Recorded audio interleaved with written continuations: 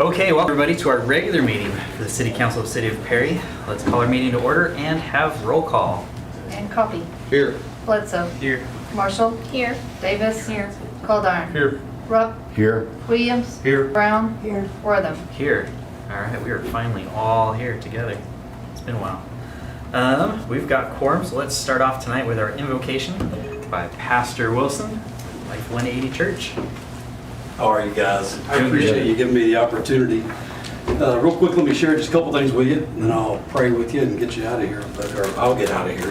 Oh, All right, Steve, you guys are not getting out of here. I'm sorry. That was kind of a bad deal, wasn't it? Yeah, so you're going to be a little longer, my bad. This coming Saturday, April the 12th, Celebrate Recovery is going to do a fundraiser here in town at the Nazarene Church. And so if you like fried tacos, they're going to do that for lunch. That'll be 11 to 2, and for dinner from 5 to 7. That's at the corner of 9th and Jackson. And so that's a pretty good deal and just a good organization to support. Easter Sunday morning, we're going to do a sunrise service just with the Ministerial Alliance out at CCC Lake, out at right by the little church of the hill. That'll start at 6:30, and we'd like to invite all of you guys to come and to be a part of that if you'd like to at 6:30 in the morning. We'll actually have a time of worship outside and watch the sun come up, and within an hour we'll get you out of there. So. And if you don't have a church home, you're always invited to come visit us at Life 180. We have service at 8:30 and at 10 on Sunday morning, and I don't feel like I'd be doing justice if I didn't say you're invited. If you have a church home, go to church. That's what I got to tell you. But if you don't, we would love to see you come attend church with us. So let me pray, and then I'll let you guys stay and do your meetings. Heavenly Father God, we thank you for who you are, God, and God, we thank you for your son. We thank you for the gift of salvation. God, I thank you just for these men and women that have a desire to work together. God, I just pray that you would just give them clarity, that they would be able just to digest and to be able to make the decisions that need to be made, God, to just continue to see the city of Perry move forward. God, I thank you for just their dedication and commitment to be willing to give of their time and to be here, God, and I pray that that's never taken for granted. God, I pray you would just watch over and just guide us all. Just help us just to be your servant, God. Forgive us where we fail you. We love you and we praise you, and it's in Christ's name I pray. Amen. Amen. Thanks, guys. Thank you. Thanks, Ronnie. All right, so we get to stay. Yeah. So let's start off tonight with item number 1, our consent agenda. One thing that I've asked Nate to start doing is we've got a couple invoices in our consent agenda. These are going to be for projects or invoices that we've already approved on projects, and so just to kind of streamline our agenda and our meetings, putting those in the consent agenda is a good way of doing that. Now, if anybody does have questions on those, we can pull those out, but these are for projects that we've already approved, and so those payment amounts we've already discussed in prior meetings. Motion to remove item A. Second. Yeah. All right. So item 2, let's go on to items removed from our consent agenda for discussion. So with this, there was some, the minutes were not quite right. They just needed to get amended appropriately because they have everybody listed as voting in our last meeting when everybody was not. So we'll just have that. We can approve that with those changes, or do we need to push that to the next? Oh, no, you can approve that with those changes. Okay. And I would ask Christie to send that back out once those minutes are correct. Okay.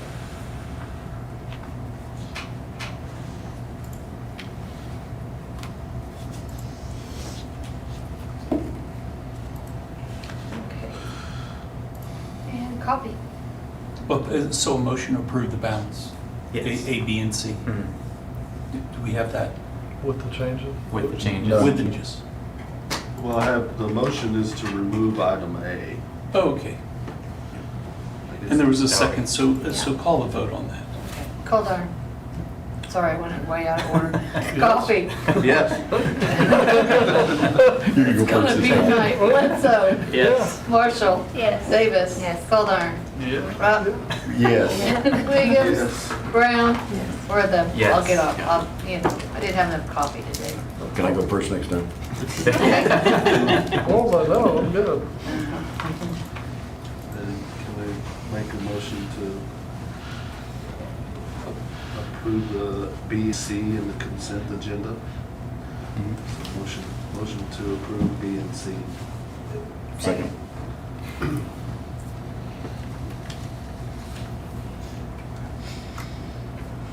All right. Coffee. Yes. Bledsoe. Yes. Marshall. Yes. Davis. Yes. Goldar. Yes. Rupp. Yes. Williams. Yes. Brown. Yes. Worthing. Yes. All right, item 3, consider and act on items removed from the consent agenda, if any. So item A in the consent agenda.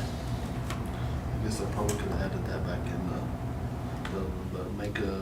we just need to make the corrections on item A in the minutes, the voting portion of the minutes.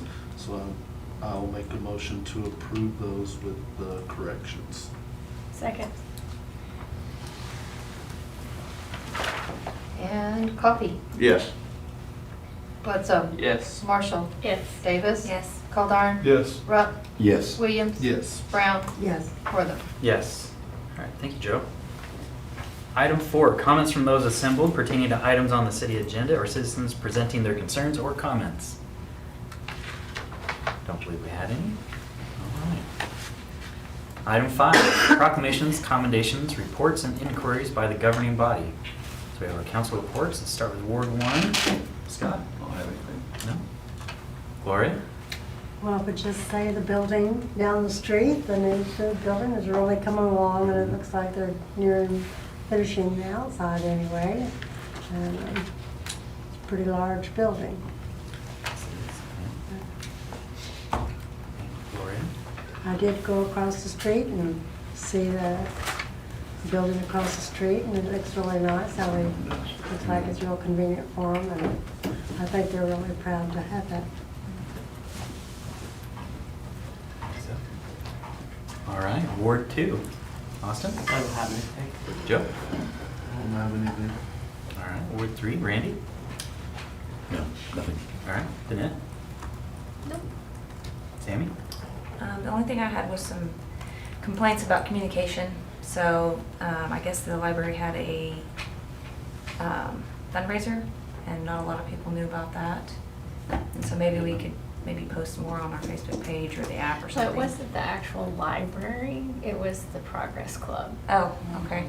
raising money for the library. Okay. Well, it was brought to my attention that it was a fundraiser for the library, and I didn't know anything about it either, so.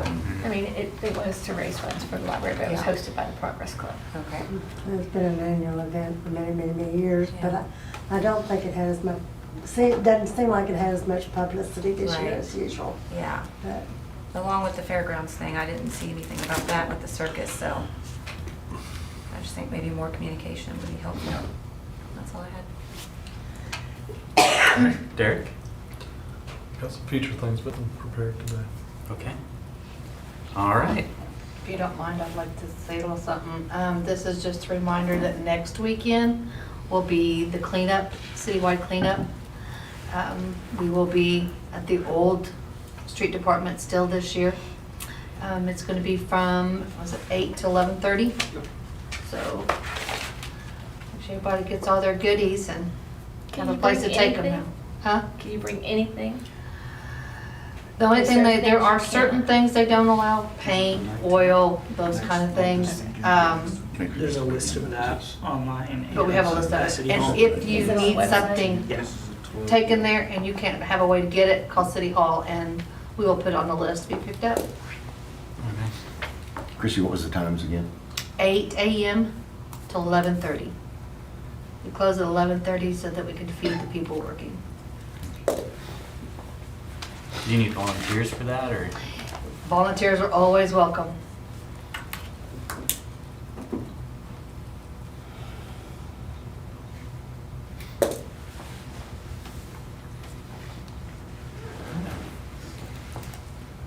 All right, any other reports?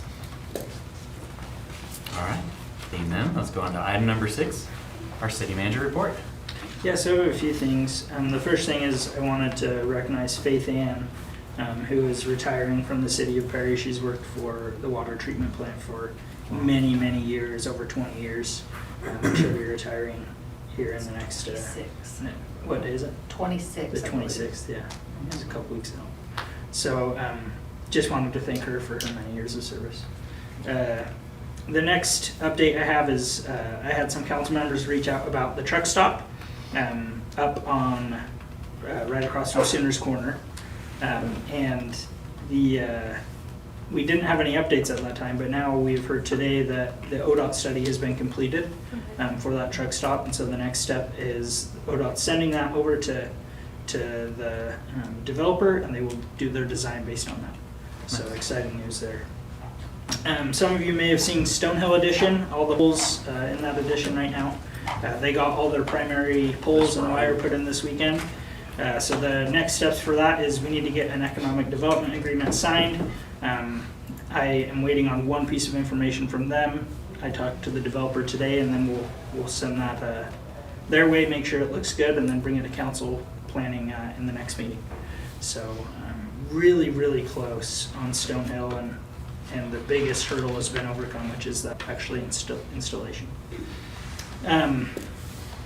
And then I wanted to just address one thing. I've heard some rumors going around about the Crown Line Arena, and particularly about our chief building official for that project specifically. And I really wanted to nip that in the bud.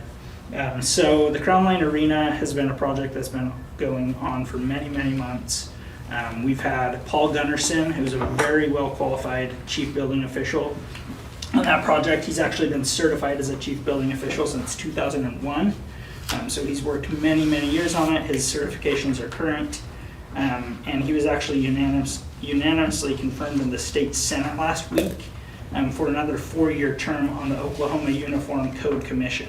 So he's very well qualified for this type of project. And there are current architect plans that have been stamped and approved for that project. So there's a lot of rumors going around right now, and I'm just going to say that, come to me if you want information. I'd be happy to provide it. It's an awesome project. It's going to be great for the community, and we have some really well qualified people working on it. So that's all I have. Thanks, Mayor. Thank you, Nate. Council, any questions for Nate? I've got a question about something Ronnie brought up, the Sunrise Easter service. Mm-hmm. Are we recommending people park in a certain place when they go to that? That's a good question. I'm not that familiar with them, but I don't think there's a lot of park right around the chapel, is there? There's Not by the chapel. I mean, you'd probably have to walk from the boat ramp there. Park there by the Yeah. building and walk up. We could send something out. I could talk to Patty and send out kind of a plan, a map of areas to park. And typically that It's one drive way, is one way, yeah. yeah. Yeah, let me do that. We'll talk. I'll talk with Patty tomorrow, and we'll send something out, a map on our Facebook and city page so people can see. Yeah. Thanks. That's a good point. People walk that in the mornings, don't they? Yeah. Usually. Yeah.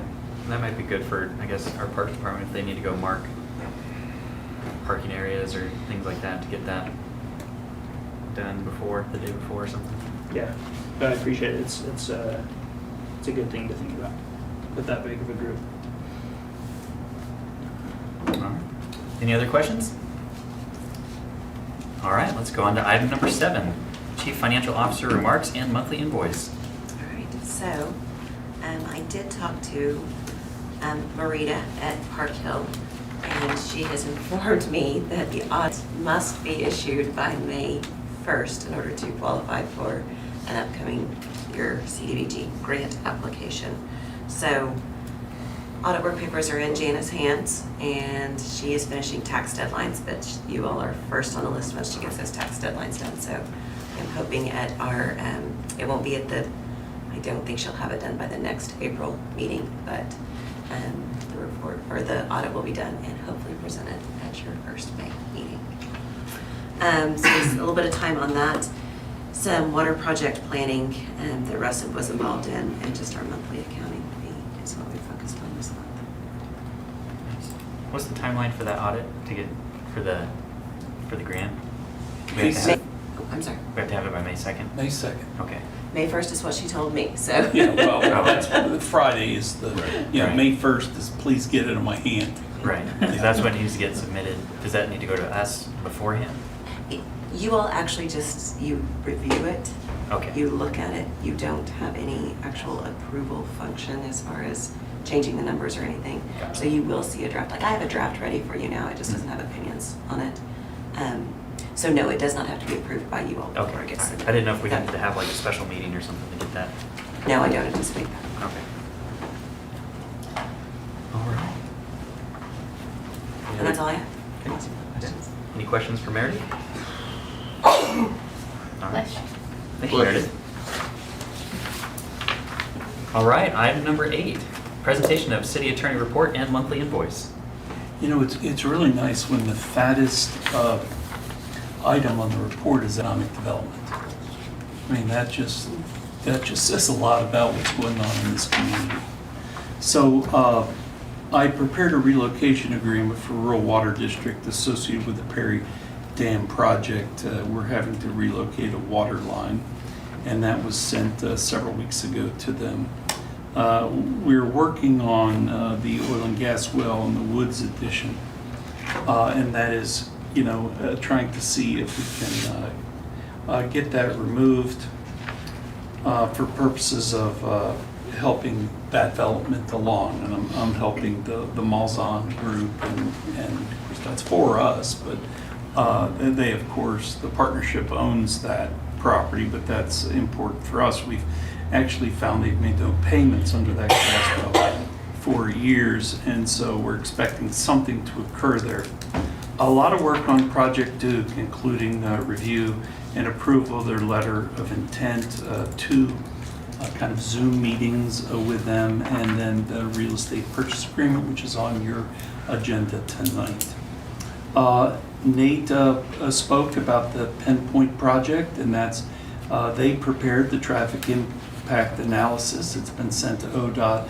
ODOT's going to kick that out, and once they receive that, if it's approved, then they can begin their engineering plans. Understand, you can't start the engineering plans till you start with the entrance into that development, but they are very hopeful to get that as quick as they can because they have agreements with third parties, gas suppliers and other folks that have timelines. And so that's why it was important to get that approved by ODOT as fast as possible.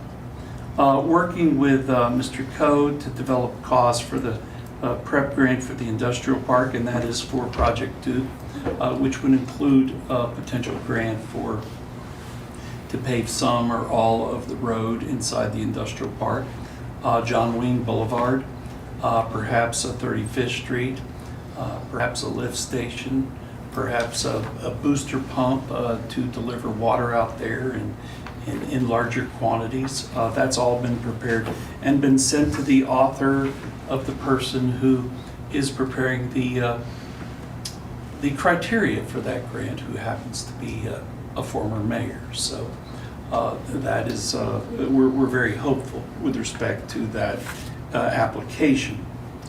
And then I also called a number of property owners with respect to interest in providing real property for industrial commercial purposes and tourism development purposes that are the subject of executive sessions tonight. Tonight we have the distinguished David Collins with us, who has been assisting me in the van case. David and I went to law school. He's a few years older than me. He went to the Navy first. But we were in a local government class together. He was about half a year ahead of me. And we gave the dean of the law school a hard time. That's really where my interest in municipal government first started. David's father is a renowned title attorney in Enid, and his grandfather is Paige Belcher, who the federal courthouse in Tulsa is now very famous Oklahoma. So that's a long line of attorneys for in the state of Oklahoma.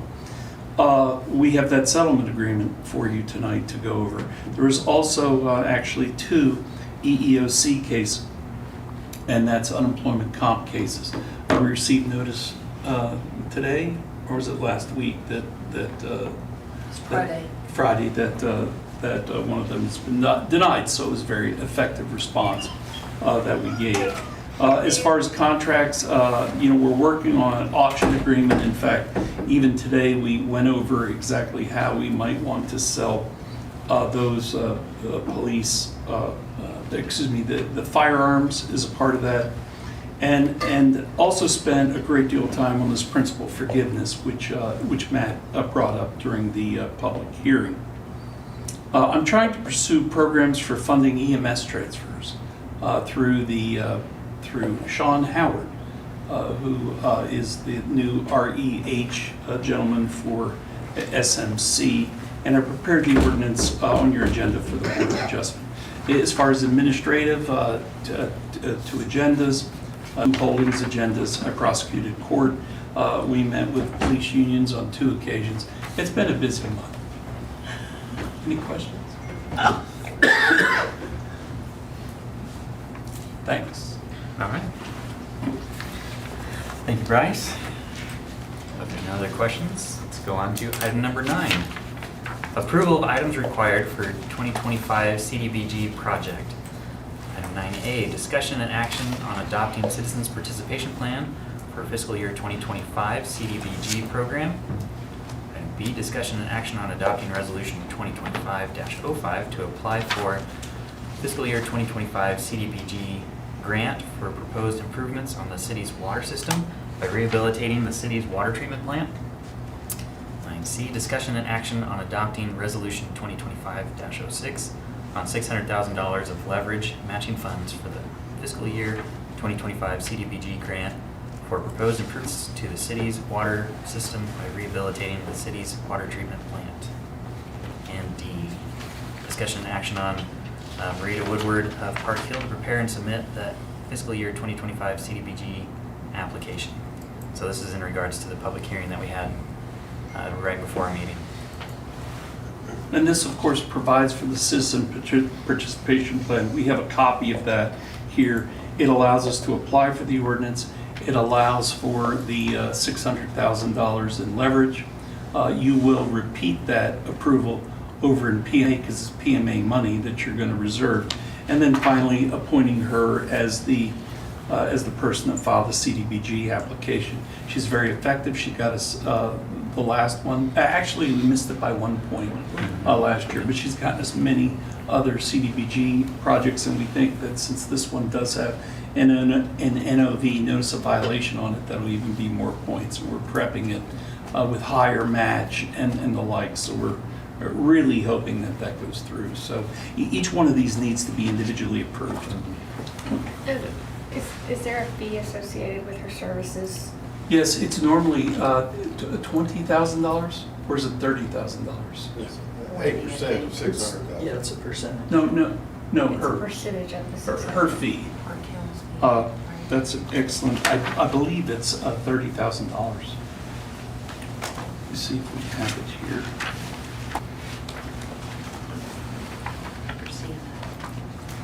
Yeah, if she didn't provide it, that is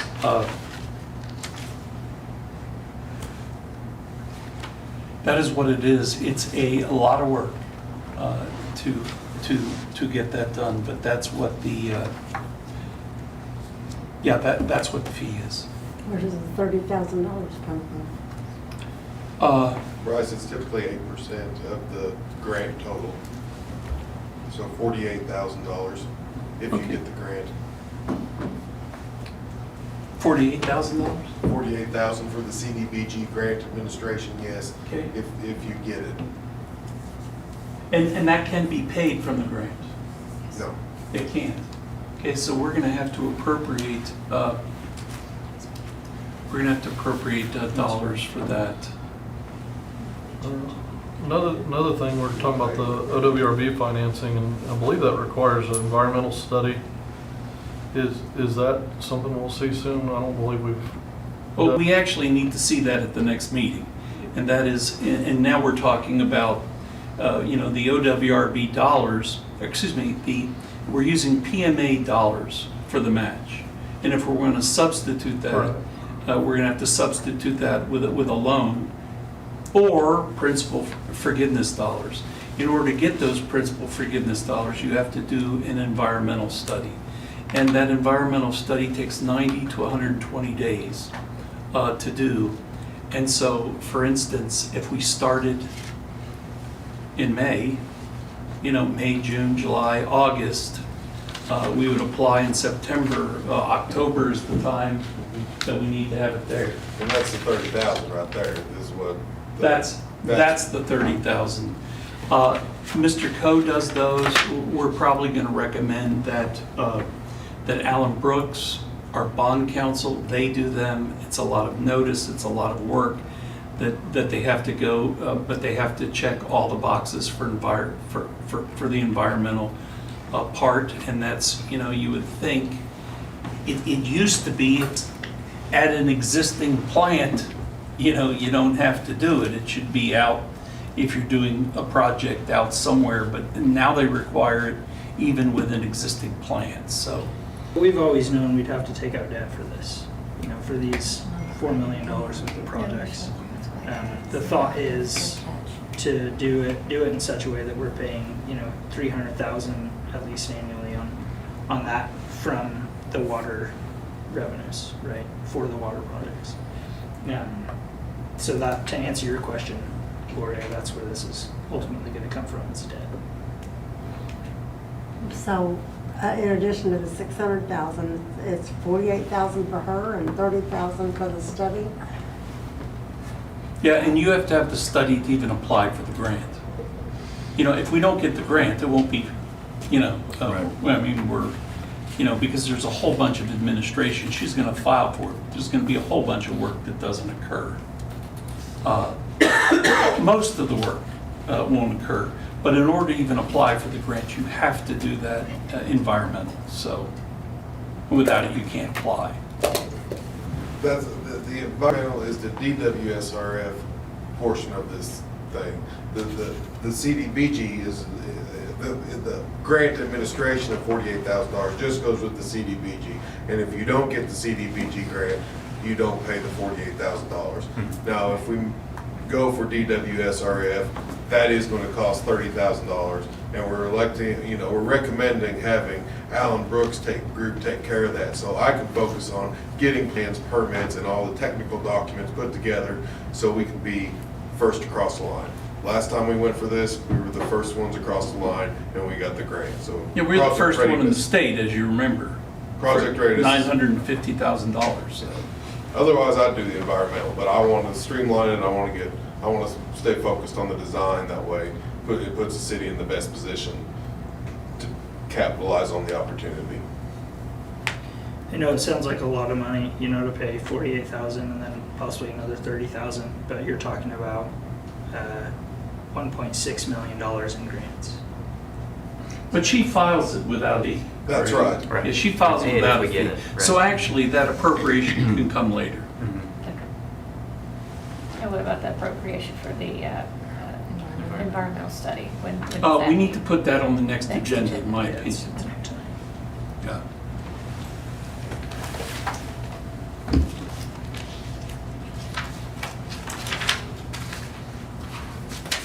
Make a motion to approve item 9A. Yeah, we'll have to go through these individually. Second? There's a motion and a second. Coffee, Yes. Bledsoe, Yes. Marshall, Yes. Davis, Yes. Goldar, Yes. Rupp, Yes. Williams, Yes. Brown, Yes. Worthing. Yes. Make a motion to approve item 9B. Second. And Coffee, Yes. Bledsoe, Yes. Marshall, Yes. Davis, Yes. Goldar, Yes. Rupp, Yes. Williams, Yes. Brown, Yes. Worthing. Yes. Make a motion to approve item 9C. Second. And Coffee, Yes. Bledsoe, Yes. Marshall, Yes. Davis, Yes. Goldar, Yes. Rupp, Yes. Williams, Yes. Brown, Yes. Worthing. Yes. Make a motion to approve item 9D. Second. Coffee, Yes. Bledsoe, Yes. Marshall, Yes. Davis, Yes. Goldar, Yes. Rupp, Yes. Williams, Yes. Brown, Yes. Worthing. Yes.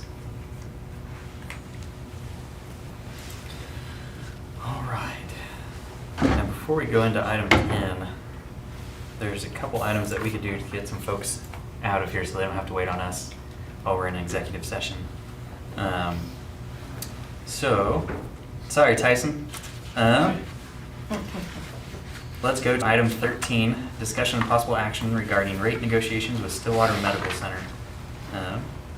We do have Courtney here for that, but this was an item that we had on our previous agenda that we had moved to have everybody here on council with.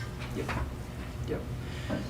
Courtney, if you wouldn't mind coming up and explaining the kind of the 30,000 foot view for them of what this is. So 30,000 foot view, we did have some issues with our CT. While it was not all the way down, there was some functionality to it that was not working properly. And in that meantime, when a patient would present, we would have to, by ambulance, take that patient to Stillwater Medical Center main campus to get their scan, and then an ambulance ride back to Perry so that we could treat the patient.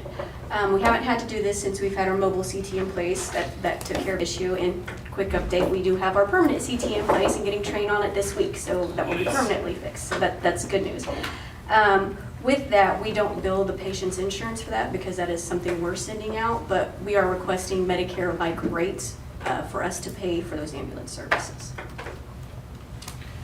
So we've kind of negotiated this, and the thought process was to put it down to the Medicare rate plus half of the remaining cost. It's very common for cities to do this, to do a Medicare rate for these types of transfers. And honestly, when she first asked if we could negotiate this, my initial thought process was, well, we do a lot for the hospital, and I was like, I don't know that I really want to do more. And then I went over and toured the facility with the project they're doing over there, the rehab project over there, and I was just so impressed with how they were going to bat for us for every single invoice. You know, people would quote them a bunch of money to do something, and they would say that's too high, you know, and they would push them down. And I was so impressed with that I was like, I think we should do this, and that's my recommendation. So does this just cover the ones that we just did? It's not Yes. for future? Correct. Oh, while the CT was down. Okay. So this isn't an ongoing, this is just while we have that issue? Yep. Okay. Luckily, it does not happen very often, but. Okay. Do we have an amount? There's not an item for that. I was just looking at that. I'm sorry. It's been too long. I don't remember the amount. Let me see if I can find it.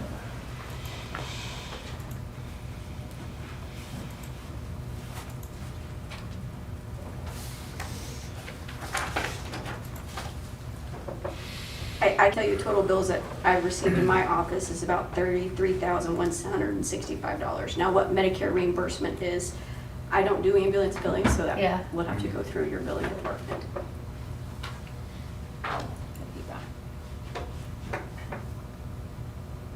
Yeah, I Yeah, want to say this is a payment to us. Yes. So, Right. yeah. I want to say it was around 8,000 that we were offering, but I can't find it right now. I'm sorry. Are we ready for a motion? Yeah. Mhm. Make a motion to approve item 13. Second. All right. Is that roll call? Colby? Yes. Bledsoe? Yes. Marshall? Yes. Davis? Yes. Goldar? Yes. Rupp? Yes. Williams? Yes. Brown? Yes. Wortham? Yes. All right. Thank you, Courtney. Thanks, Corey. Thank you. All right, next we'll do item number 16, which is consider approval of City of Perry Historical Preservation and Design Guidelines. So Brian came to talk about this one. Absolutely. Make sure you talk about the intense labor that has gone into this whole process. I came to chew bubble gum and talk about HP, and I am all out of bubble gum. Good evening, council. So, for a while now, okay, this isn't being my friend, looking in the eyes. For a while now, we have been working on these historic preservation guidelines and just implementing the body in and of itself. that's government, right? It's an ugly process, but we're finally near the finish line, and we're happy to present those guidelines to you guys tonight. There was a last minute edit on those.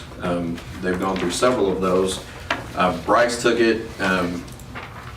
There was an opinion that we needed to be a little bit more flexible, so we went that route, but then it sort of watered down the document, and turns out we were both right for the flexibility and the accuracy. So Bryce, doing what Bryce does, came up with a definitions now says, instead of should or shall, says means. So it literally just defines itself. So what you have in front of you there is a document, though, that the HP will use to review all construction projects in the downtown, well, in the help me out there, Family Fund District, as it pertains to remodels, new construction, anything like that, so that I think there's also some grant money attached to that. There's lots of moving parts that it is good for Perry to maintain the historic aesthetics of their downtown, which will now be able to do that if you guys, should you choose to approve that.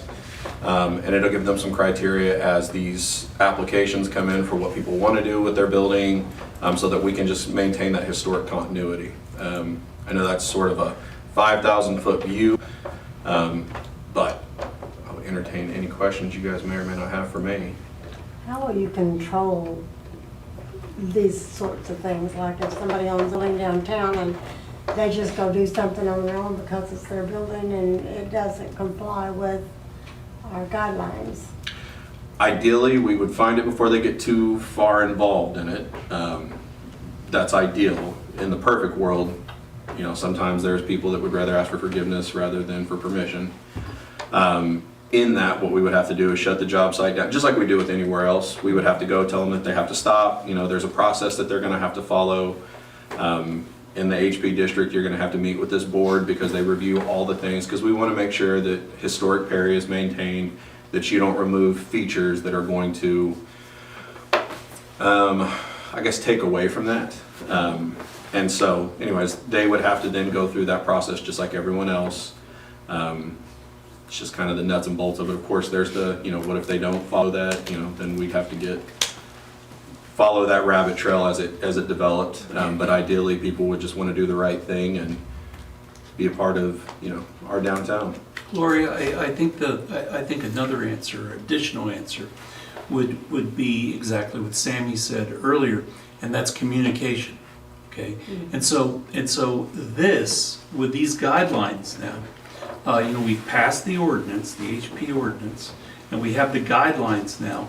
It's now time to send a mailer to everyone within the proposed HP district and inviting them to a public meeting. So we are sending that mailer to all owners within, and I think, you know, we're gonna, at least for starts, use the Perry family-friendly, you know, district. Of course, that process will determine what that district is, but we should probably send it out to the broadest, you know, amount that we can, and then hear from the people. So that note, now that we have this, if you approve the guidelines, now that we have the guidelines, we'll get that notice out. It'll be sent to every property owner. If we know lessees, you know, I'd like to also send it to the lessees, because that may be somebody different. We're required to send it to owners, okay? And then we're gonna put a big spread in the paper about it, and then we're gonna hold a public hearing. And the thought was that we do the public hearing at the event center, because we probably will get a lot of folks there. It's probably gonna be a joint meeting between the City Council, the Planning Commission, and the HP Commission. Did we tentatively set a date for that? I don't believe We were talking about May. Yeah, We're backing into a date, okay? But it's gonna come quickly, and then to the extent that the people don't understand, that hearing can be continued from time to time until we make sure everyone understands. And then the district gets established by ordinance by the City Council, okay? And then, you know, we're hopeful that you know, that people recognize the process, and it's really apply for certificate of appropriateness, and it go before the council. This is the criteria under which they would apply, and the whole purpose is to try to keep that front facade, you know, in the front and some of the design characteristics consistent with the time it was built, you know? Well, I asked that because I was asked that, and then, you know, I felt like the public might need to hear that. But I also want to say that I'm excited about it, and I think it was very, very thoroughly written. I couldn't find anything that maybe should be added to it, so you did a great job. I can't take credit for that, but thank you. I will stand right here.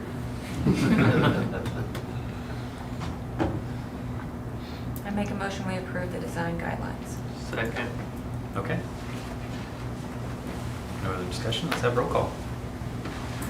Coffee. Yes. Bledsoe. Yes. Marshall. Yes. Davis. Yes. Goldar. Yes. Rupp. Yes. Williams. Yes. Brown. Yes. Worthing. Yes. All right. So I think you're on this one too, Brian. Item 17. Consider items pertaining to specific use ordinance. 17A. Receive recommendation from the Perry Planning Commission. Okay, well, this one also has a little bit of history. So for a while, prior to Nate getting here, there was just a need to re-examine zoning and land use and some things like that. So one of the committees that was formed out of that was just a planning/zoning committee. And we went over several things. HB was one of those. The establishment of the Family Fund District was one of those. Well, another piece of that was how do we get some alternative style housing into Perry and make it easier so there's less government red tape. Boy, that's a loaded gun right there, isn't it? Because you want to do things that still allow for some proper analysis, but you don't want to overburden people with too much procedure, because then there's fatigue and then nobody wants to do that. So we looked at kind of what everybody else is doing. Turns out not a lot of people are that forward thinking, so kudos to you guys for tasking us with that. But one of the things that we did find that was a very effective tool is what's called a specific use permit. And so what cities use that for, and it's a broad swath of things. Some cities use it for marijuana related things, some people use it for churches or other things that create a lot of traffic, a lot of noise during the weekends or even weeknights, things like that. And so they just said it basically, you have to come before a legislative body, you have to propose what you want to do, and then they analyze and decide yes or no. What we decided to do, because none of those things fit really for Perry, but what we did get creative with and look at are alternative styles of housing. So everybody knows, you know, we're not insulated, I think, from what's going on in the rest of the country. We have to get creative and we have to be able to offer some of those things where it makes sense. And what we ran across there was a lot of requests over these few years. How do we make this happen? And I'm sorry if I'm just sort of mumbling over here, but I'm trying to play this in real time in my head. So anyways, we wanted to make it easier for people if they want to do something with a piece of land and bring in an alternative style housing. So what we had to do with that, because of Oklahoma regulations and all these other things, we found this. So what people have to do is apply to bring one of these alternative style housings with the definitions, I think, did you pass those out, Christy? Yes. Okay, so those definitions that were attachments that you guys received that did not make it out with the agenda, apologize about that. Those are the proposed alternative styles of housing that we have on this particular iteration of the specific use permit. We want to make it easier for people that want to bring in tiny homes, container homes, commercial accessory units, accessory dwelling units, which essentially is the same thing as a tiny home. It's just got a different, it's a accessory building, not the primary residence. Like a grade. There you go. Mother-in-law shed, whatever you want to call it. I call it people storage, but yeah, whatever you want to call it. But we wanted to make it at least clear cut. Here's how you get to that. You still may not get told yes, but at least here's the process to ask. And so we took this to Planning Commission. It received unanimous support. They recommended that it come to you. I don't know if I did a good enough job explaining that, but I'd rather give you the 5,000-foot view, and then we'll get into the weeds with whatever questions you may have for me. This provides the same notice to property owners that's required for zoning and for use by review. That's 15-day publication in the newspaper, 20-day mailing to the folks within 300 feet. And then if you look at the definitions, these types of uses are only permitted in certain designated residential districts, okay? Now, the thought is that as we evolve, this list, the specific use list, may also evolve. And we may add, other things to it. But this is, quite frankly, it was taken from Sand Springs. Yes, sir. And Dave Weatherford, who was the author of that, you know him, he came and spoke to you about it. And, but it's been at the legislature since, for 22 years. Just haven't run this out, and I applaud the council zoning committee that, took it on themselves to see that some of these things get launched. And so today's launch day, if you like it. So with this, does this allow someone to be able to put multiple tiny houses on a single lot? This iteration of it, not specifically that. However, like he said, this is a living document. So if that's something that you want to add to that list of things, absolutely you can do so. Now, that was kind of the direction we were pushing when we started the zoning committee. So do we have anything in place that would allow that to happen today? We do not have anything in place today that would allow that. Okay. In fact, we have a rule that expressly prohibits that. Now, you're the council, you could always choose to amend that rule, and there's even been conversation about what's next after this. So Even with the rule, we've been having a hard time getting it filed at the county. fair enough. I mean, that's just factually, but, you can't do it if you have covenants, of course. If the covenants say one dwelling unit per structure, you can't go against the covenant. You're talking like an HOA, correct? Yes, exactly, yes. But where we would allow this stuff, there shouldn't be Would not any kind of have, would not covenant. have HOAs. Right. What's considered a manufactured home? Manufactured home is, I'll make it a little bit easier, it's called off-site construction. So basically, if it's built somewhere else and then brought in here, that's So modular, manufactured. Okay. Sorry, yeah. Now, there's a few different things that distinguish them, and it's mainly how do they fasten together and what do they set on. But 5,000 foot view, that's what manufactured home is.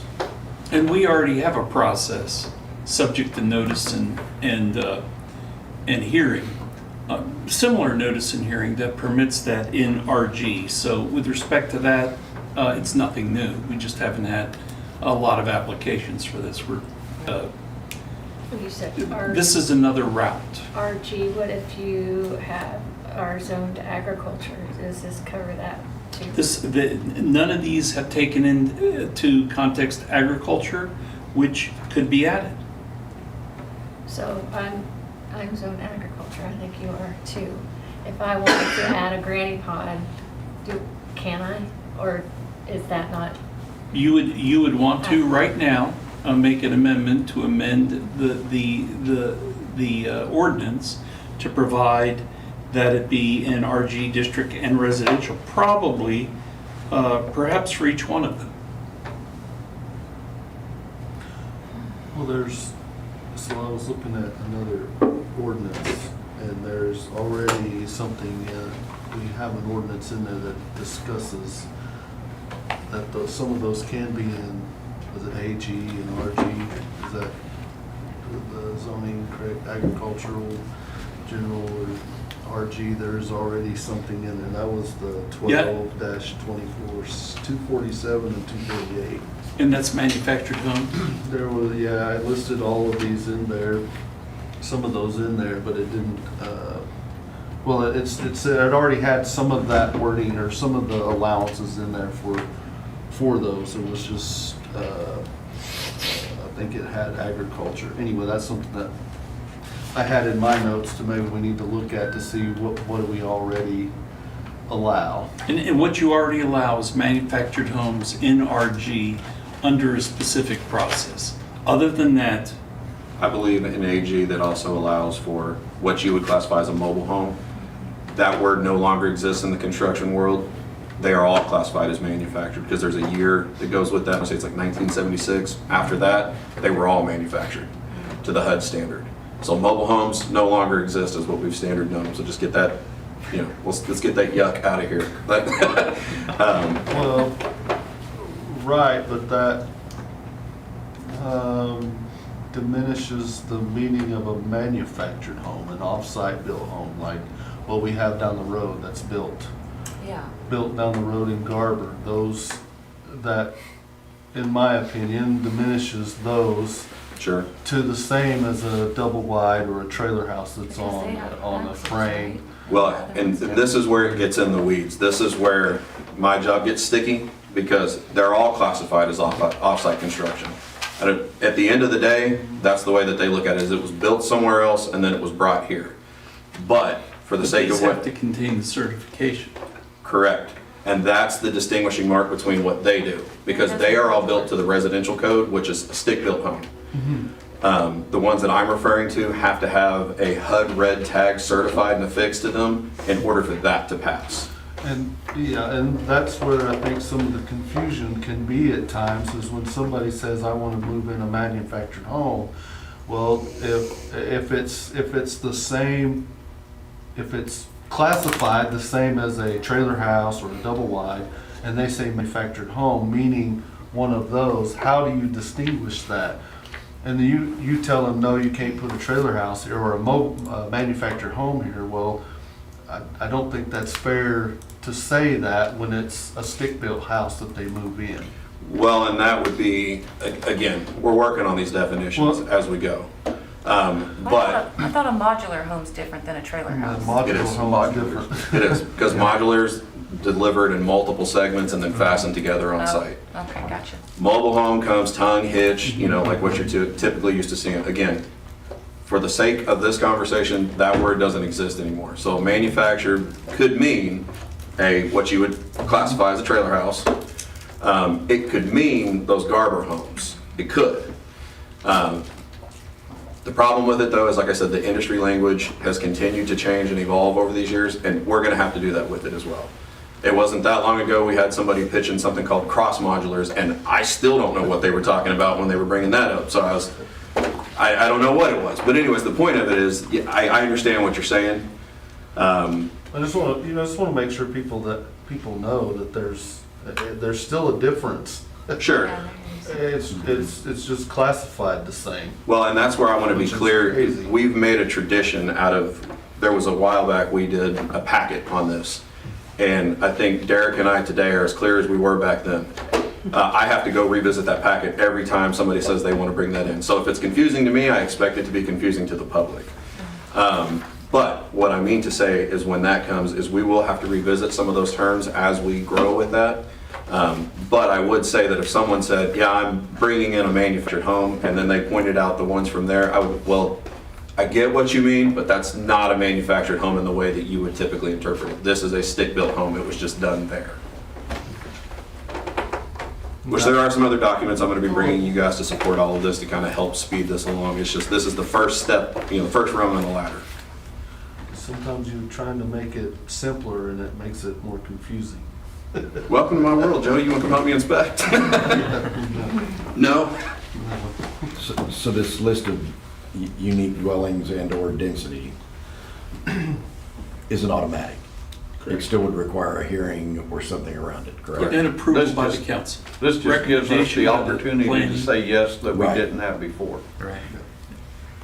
So if I wanted to put a granny pod in my backyard, I have to come down to City Hall and say, I want to put a granny pod in my backyard. What do I have to do? This needs to be amended. You would first have to amend this tonight. Oh, well, I mean, that's for the agriculture, but if I'm just in residential and I want to put a granny pod in my backyard, I come to the city and say, I want to put a granny pod in my backyard. What do I have to do? Well, What is my process? because you're the one asking me, if you amended it to include AG, the first thing I would say, what do you mean granny pod? And then you would show me something and I would say, you mean an ADU? Right, Yes, an ADU. okay, this is what it is. Okay, well, according to your zoning, this is the process to get you there. And so that would be, I have to file an application, we have to put the Correct. thing in the yard about notifying everybody and all that. Correct. And it would take probably, what, 45 days? 45 days. Before I could get started. Correct. Yeah, which I understand that's a hurdle, but on the other hand, you have to look out for all the neighbors too, right? Give them opportunities. Right. Well, and today it's a no. Right. Right. Right. This just creates a path. Yep, right. Yeah, this liberalizes things in Perry. Perry's been rather strict in the past. This provides, additional housing opportunities, additional structure opportunities to be located here. And I see nothing wrong with adding agriculture. In fact, when you think about it, Makes sense. Yeah, I don't know how many of us there are, but there are a few of us that. well, I mean, the container homes, the commercial accessory, I mean, each one of these, and, we should be the very least concerned about what's happening in agricultural districts, because they're usually larger tracts and not close to neighbors and like, so. No, yeah, we got neighbors. Yeah. They're Yeah. just, Well, not I mean, we're nor- in town. Not normally. Right. So, I mean, this is the meeting where you say, Larger lot. Yeah. that you want to add that. We can add it. I will say through quite a few people that I've talked to, they're really excited to see that we're getting something like this in place. But I will say that there are some people, and I don't mean to keep beating on this, but I'm going to. We need to be moving forward to where we can do like what we talked about, putting multiple homes On a lot. on one lot, or trying to build that, like a tiny home community, which would mean that we need to be able to stack these in a little bit tighter. I thought that's what the PUD was doing, but I guess it didn't. PUD really only was ever intended was to allow for mixed use and to increase density. Those are its two primary functions. And then also, it's sort of a leveraging tool for the developer and the I think you city. can do it by way of PUD. Not according to the PUD that we have. Really? That's not how we explained it to them. Well, Okay, well, that's, I mean, that's kind that of was that's one of the reasons why I was thinking it would be a good idea for the zoning committee to get together again and have some more discussions on a lot of this, because there are still some things that need to be worked on in that. I do like this particular ordinance, and I think I would like to amend it with the AG on there. I'm seeing everybody is in agreement with that. I don't think we put any thought into that when we were doing it, but it makes sense. Well, with that, let's go ahead and go into item 17B, and we can have that discussion with that, with that resolution there. So item 17B is consider approval of ordinance number 2025-05 of the City Council of the City of Perry, Oklahoma, amending Chapter 12 of the Perry Municipal Code 2022, entitled The Planning, Zoning, and Development, by the addition of a new Division 6 to Article 2 entitled Specific Use Permits, establishing a specific use permit process for certain land uses, providing for Section 12-296 entitled Purposes, providing for Section 212-297 entitled Conditions for Approval, providing for Section 12-298 entitled Specific Use List, providing for Section 12-299 entitled Use Conditions, providing for Section 12-300 entitled Administration, Probation, Severability, Penalty, and declaring an emergency.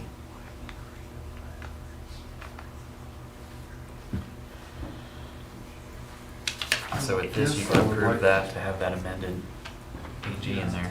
Yeah, I was trying to find it on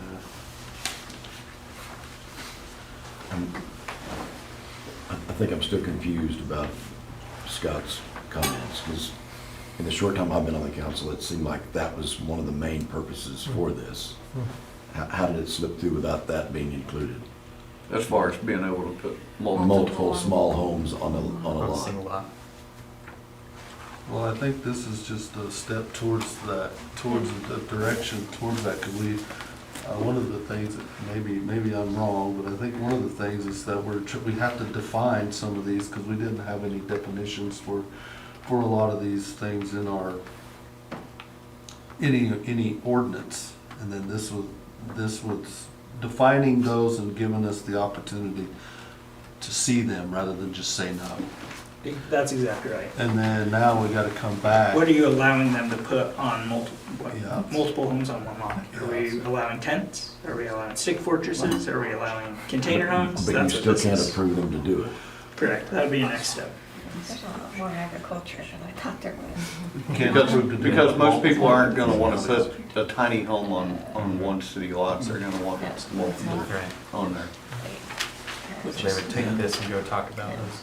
Then they could talk I mean, about. can we go ahead doing and that. approve it and Yeah. then come Yeah. back and add it? Yeah. Yes, Yeah. yes. You're just So wanting with to this go one, like you could granny. add the ag. But we can go And- ahead and add the ag. Yeah.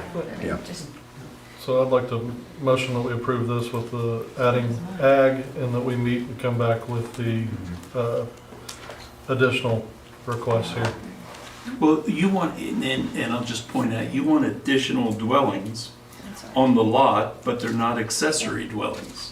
Correct. Correct. Right. So it's just like this definition, it's just not accessory to the primary, it's Right. additional dwelling, it would be that simple, but yeah, let us bring that back if you approve this or not. Yeah, I got it. So we have Derek's motion for this, adding the ag in with it. And I'll second Second. Okay, in a couple seconds. Oh, you already got a second? Joe over there. Quiet Joe. Quiet, I can't hear. that. Sorry. He whispered it to me. You guys have your own meeting going on? When I looked at it, he goes, I'll second it. So. All right, Coffee, Yes. Bledsoe, Yes. Marshall, yes. Davis, Yes. Caldarn, Yes. Rupp, Yes. Williams, Yes. Brown, Yes. and Wortham. Yes. All right, item 18, consider approval of the emergency clause for ordinance number 2025-05. So moved. Second. There you go. We get it there. Okay, and Coffee, Yes. Bledsoe, Yes. Marshall, Yes. Davis, Yes. Caldarn, Yes. Rupp, Yes. Williams, Yes. Brown, Yes. Wortham. Yes. All right. Thank you, Brian. I think that's all the items we had you on. So with that, let's go ahead and go back on track. And now we'll go with item number 10.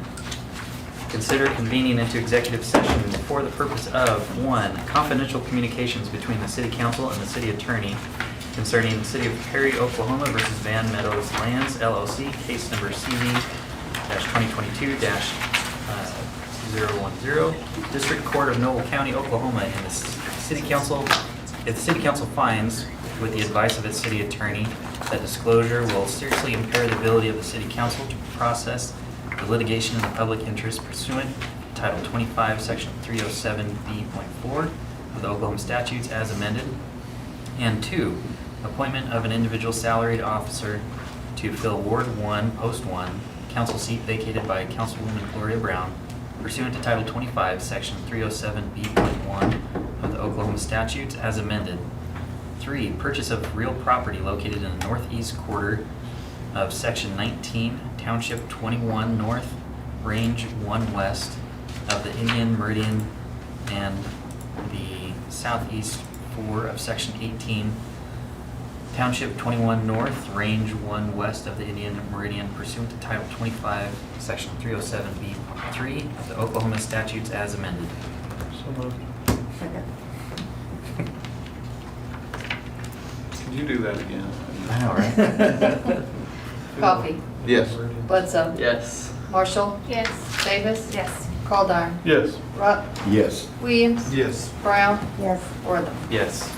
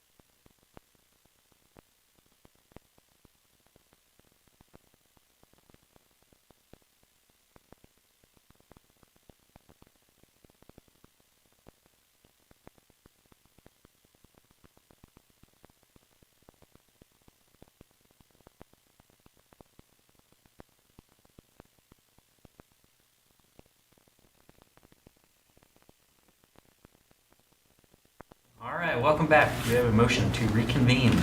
So moved. Second. Roll call. Copy. Yes. Bledsoe. Yes. Marshall. Yes. Davis. Yes. Goldar. Yes. Rupp. Yes. Williams. Yes. Brown. Yes. Worthing. Yes. All right, item 12, consider giving appropriate direction about our executive session.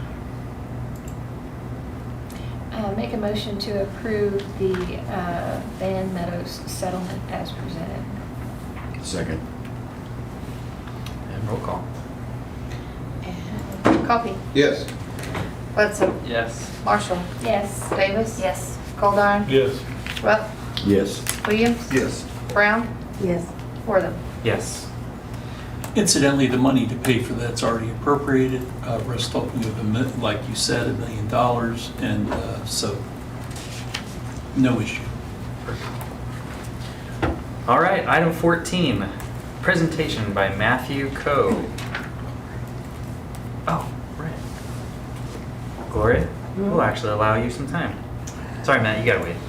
Well, I'm not gonna take much time, and I will stand up to talk, but I won't get behind the podium because that might be dangerous, you know, some school lesson or something. I just want to say that it's been a real honor to serve with y'all. And for about 25 years, I've been coming to city council, missing very few meetings in that 25 years.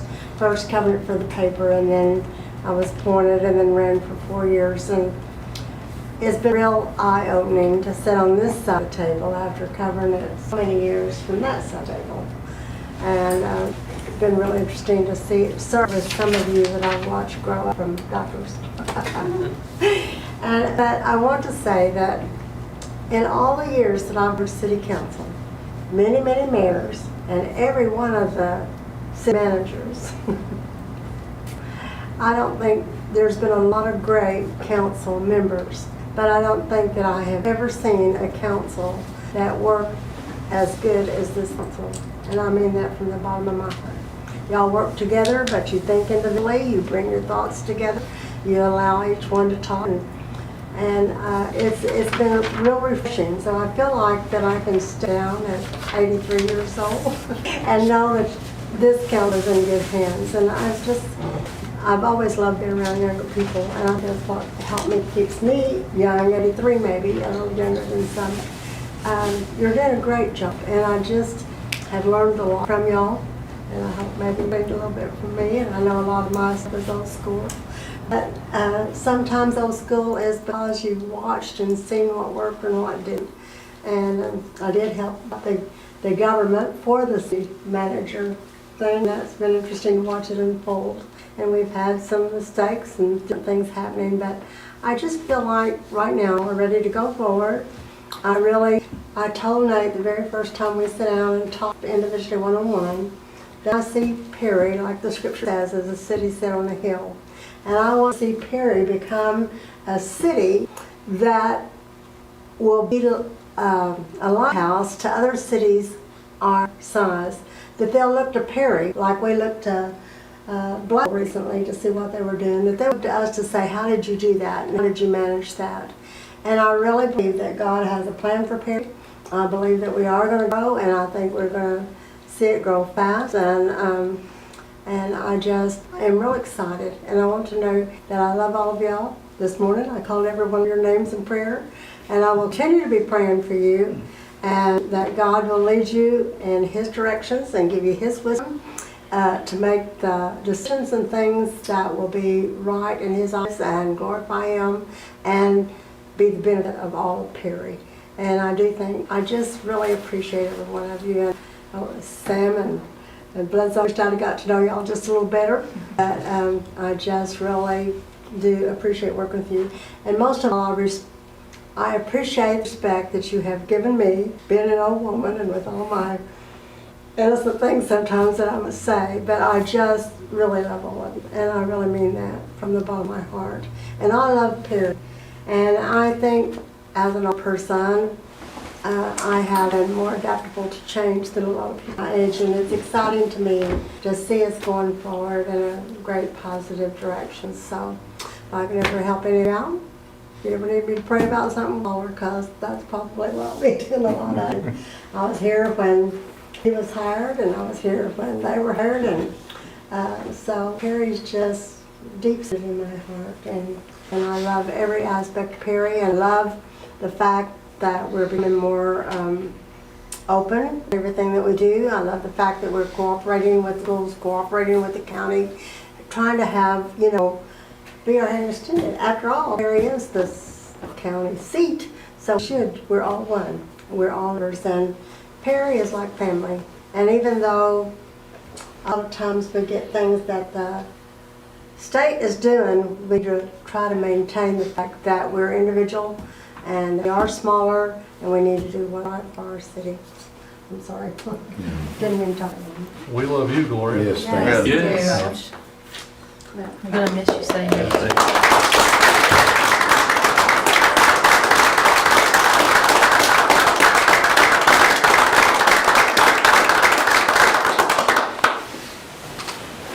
Thank you. Thank you very much, Gloria. You've really been a blessing serving on the council, and to each of us, I'm sure. Personally, I've appreciated having you here, and you've just been wonderful to work with. Thank you. All right. Matt, you get to follow that. We're praying for you. So item 14, presentation by Matthew Coe of Cimarron Valley Engineering on current infrastructure projects. Well, we have several projects ongoing right now. We have the sludge box at the water treatment plant. So we're pretty far along on design on that. I'm working on the report. Should have the report submitted to Marita so she can upload that with the application. And then we're also going to make a construction permit application this month as well. So we have all our ducks in a row for the CDBG application. I'm also working on the REAP grant project. That's along 22nd Street to go. 25th Street, the sewer line. I should have that design finalized this week. So we've been working really hard to get that wrapped up and done so we can get it to DEQ and get it permitted. We have some other projects too that we want to talk about those under this agenda item, or we just want to talk about the active projects under this? Probably just the actors. Okay. So those are the two active projects that we have, and so design is nearing completion. We'll be submitting those both to DEQ this month. Will you give them an update on the water treatment plant and how we're gonna phase that? What thoughts you have so far on it? I know you're not super deep into that one. The water treatment plant, what we're going to do is if we do the DWSRF financing, we're going to change out some of the mechanical components, work on the scrapers, work on some of the chain of flight system, things upstream of the filters. Because once we touch the filters, then we bite off. Then we're committed to a big project. But we can do a SCADA system, kind of bring the SCADA system up to a more modern system that's going to allow us to monitor the system better, but allow us to operate the plant better, do some things, variable frequency drives on some pumps. That way we let less surge on the system. When we do start up pumps, it'll be a little bit easier on the lines out in the system, be able to see what's going on. And the tower's a little bit better than the current system we have now. It's very antiquated. Look at doing some chemical feed system improvements at the plant. So those are some of the things that we can do up front prior to trying to take on a big project in which we're going to have to address the filters and the DEQ standards, bringing them up to current DEQ standards. So we're working on a comprehensive report to kind of outlay how we can phase this project out over several years, tackle some of these ticket items that are not going to result in diving into a much larger scale project right out the gate until we can figure out how we can bite off a big project. So the sludge box, I know we're way early in that game, but if the planets all align, what kind of a timeline would that be to completion? The sludge box, that's a standalone project, and then we're kind of doing a comprehensive plan for the water treatment plant as a whole. But there are some items like doing the SCADA system, or doing some rehabilitation to the chain of flight system, putting in some variable frequency drives. There's some little odds and ends that we could tackle early on if we needed to, say if we need to borrow $4 million to get $1 million of principal forgiveness, we could pick some items around the plant and prioritize those and take those on ahead of time without having to jump off and do a $12 million project. So that's what the sludge box cost. No, the sludge box is 1.2 million. And that's that's something that came up on the sanitary survey that we're currently under notice of violation for. I think you were trying to ask, Randy, were you asking how long it takes to be done? Yeah, Start to finish? Okay, I'm sorry. Yeah, Okay, we started the sludge today. box project, we could have that online by this fall. Okay. I mean, Just a few months. when the CDBG grants would be awarded in August, so then we would award, say this year, if they award the grant in August and we start in August, that's 5 months construction time, so not fall, but winter time, so. And are we gonna be okay with the fact that much time we're not meeting the DEQ. regulations? Yeah. Yes. It's been going on for a number of years. The violation? Yes, this was on the last sanitary survey, so I'm surprised they didn't come back and give us a consent order. They might So- be watching.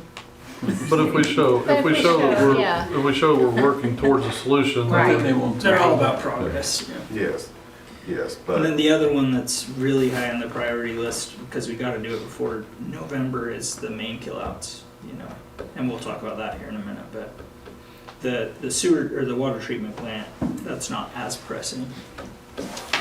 Can you remind me what the 25th Street project was? I guess I don't remember. Yeah, the 25th Street project is the sewer extension and water extension on the Malzahn owned property. So we got a REAP grant for $150,000 of that, and then the Malzahns are paying for And that's, okay, any additional costs. that's from Fur North then. yes. You can still seal the Yes. dirt, like I drove down it the other day. whatever happened to the reporting to federal, the lines going to homes, what they're made of? The lead. Oh, the lead and copper inventory, the lead and copper inventory was turned in Okay, to, and that's something that's going to be ongoing, so it's, but we turned the report in, the we initial. turned the initial inventory in. Okay. It's not the final inventory, it's like, here's what we know, Mhm. here's what we don't know. So we turned it in. I haven't seen an email come back from them asking for further information, but, No. They got this, cut. Dodge. They don't look good. Just kidding. I don't know. The Well, I FDA think said lead's okay. careful on those jokes. Careful on those jokes. Fluoride's bad, lead's I've good. already wore that out this week, so we better. But didn't Brooks say this is probably the last year of principal forgiveness? They don't know. I mean, who can predict what this Trump administration is going to do? Of course, you have to remember, we never had. What's nice about the state revolving fund is a lot of government programs just don't make sense, don't stand up. But you know what? Every once in a while, there's a government program or bureaucracy that kind of does, like the Tennessee Valley Authority. I mean, there you go. They generate revenue. They actually supply power to people. And are able to provide hydroelectric, power. But they've got nuclear power plants. They create jobs and they generate revenue. Okay, well, the CWSRF, the State Revolving Fund, and the Drinking Water State Revolving Fund. It's a financial mechanism. It's a bank. The government is making money off these loans. So how do you come in and say that's not efficient? And some of that money needs to be given back to underserved systems and disadvantaged populations in the form of grant dollars. You just can't take all that away. I mean, it would make absolutely no sense, to say, hey, sorry, you guys are poverty stricken. Guess what? You don't deserve to have clean drinking water. That it just doesn't make sense. So I see some cuts coming in the future, and maybe it's going to slow down. I don't think the spending's probably going to slow down a little bit, but these state revolving fund programs are self-sustaining government programs that are actually a success. Well, I wasn't gonna clap for you like we did Gloria, but if you keep going on the soapbox, you may get a. No, don't do that. Standing ovation.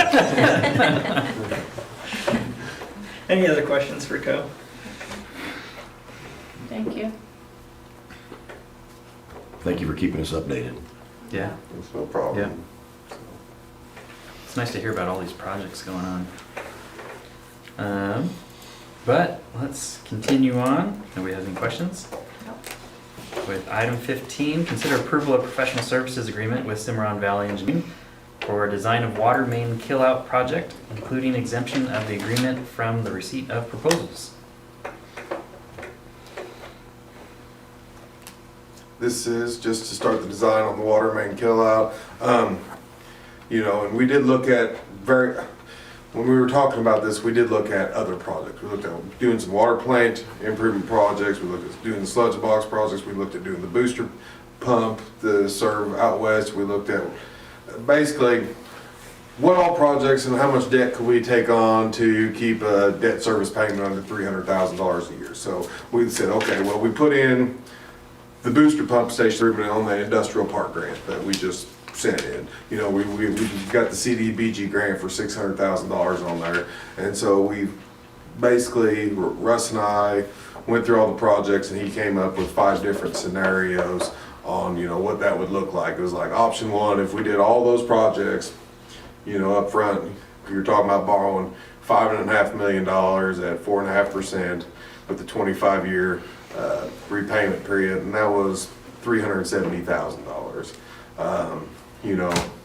Option 2, we looked at, cutting the booster pump station out. That dropped it down to a $4.3 million loan, and that dropped it down to $289,000 annual debt service.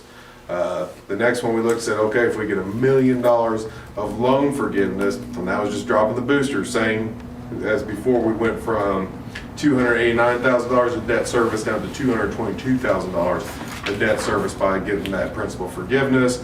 And then we looked at, well, what if we got the CDBG grant and the loan forgiveness and did all 5 things, and then we would have $263,000 of debt service getting everything done. So we put water treatment plant improvements, the sludge box, and the water mains all on the project priority list with the DWSRF. So we have that capability. And then is the booster pump station, we're kind of wanting to hold off and wait and see if maybe we can pick that up on another grant. We've kind of placed that at the bottom of the list as far as priorities go. So, sludge box is already under design. The water main killouts will be under design. I'm doing the feasibility study at the plant right now, and if we decide we want to take something on at the plant, we'll come back and add that to my scope to do some additional design plans and bid packages to do plant work, just depending on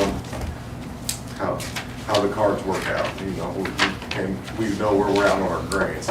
But that kind of got within that debt service that we were wanting to stay in. So, but this item is just about killing out lines. Probably went off on a little tangent there, but Yeah, so just like we've hired Cimarron Valley Engineering to design the water treatment plant updates and the sludge boxes, the recommendation is to do that for the water main killouts.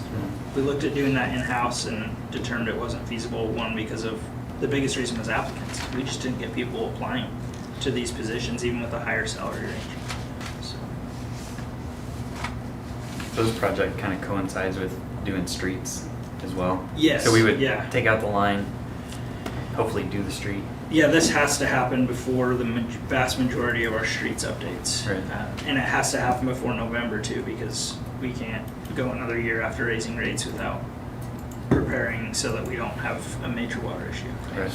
So when you say November, is that a start date, or do you expect to have all 5 miles done by November? I would like to have all 5 done before November. Yeah. What's We wouldn't realistic get the date? money till November. We won't get the money until November, is that what you said? Well, yeah, if we're going for principal You're going forgiveness for money, principal that's an forgiveness, October yeah. application. November. So when does the work Yeah. start? You know, and now, I have to topo 5 miles of water line. That's a lot of utility locates. There's a lot of survey work. You know, I have several months worth of work just to have the plan set, ready to go out for bid. And then we have to apply for the principal forgiveness deal. And what's nice about this project is we can get up into smaller pieces too. So if they say, hey, you're not gonna get principal forgiveness and we want to reduce that debt service, we say, okay, well, let's attack 50% of it, 30% of it. Try to break it out over, you know, do we wanna do it over 2 projects, 3 projects, 4 projects?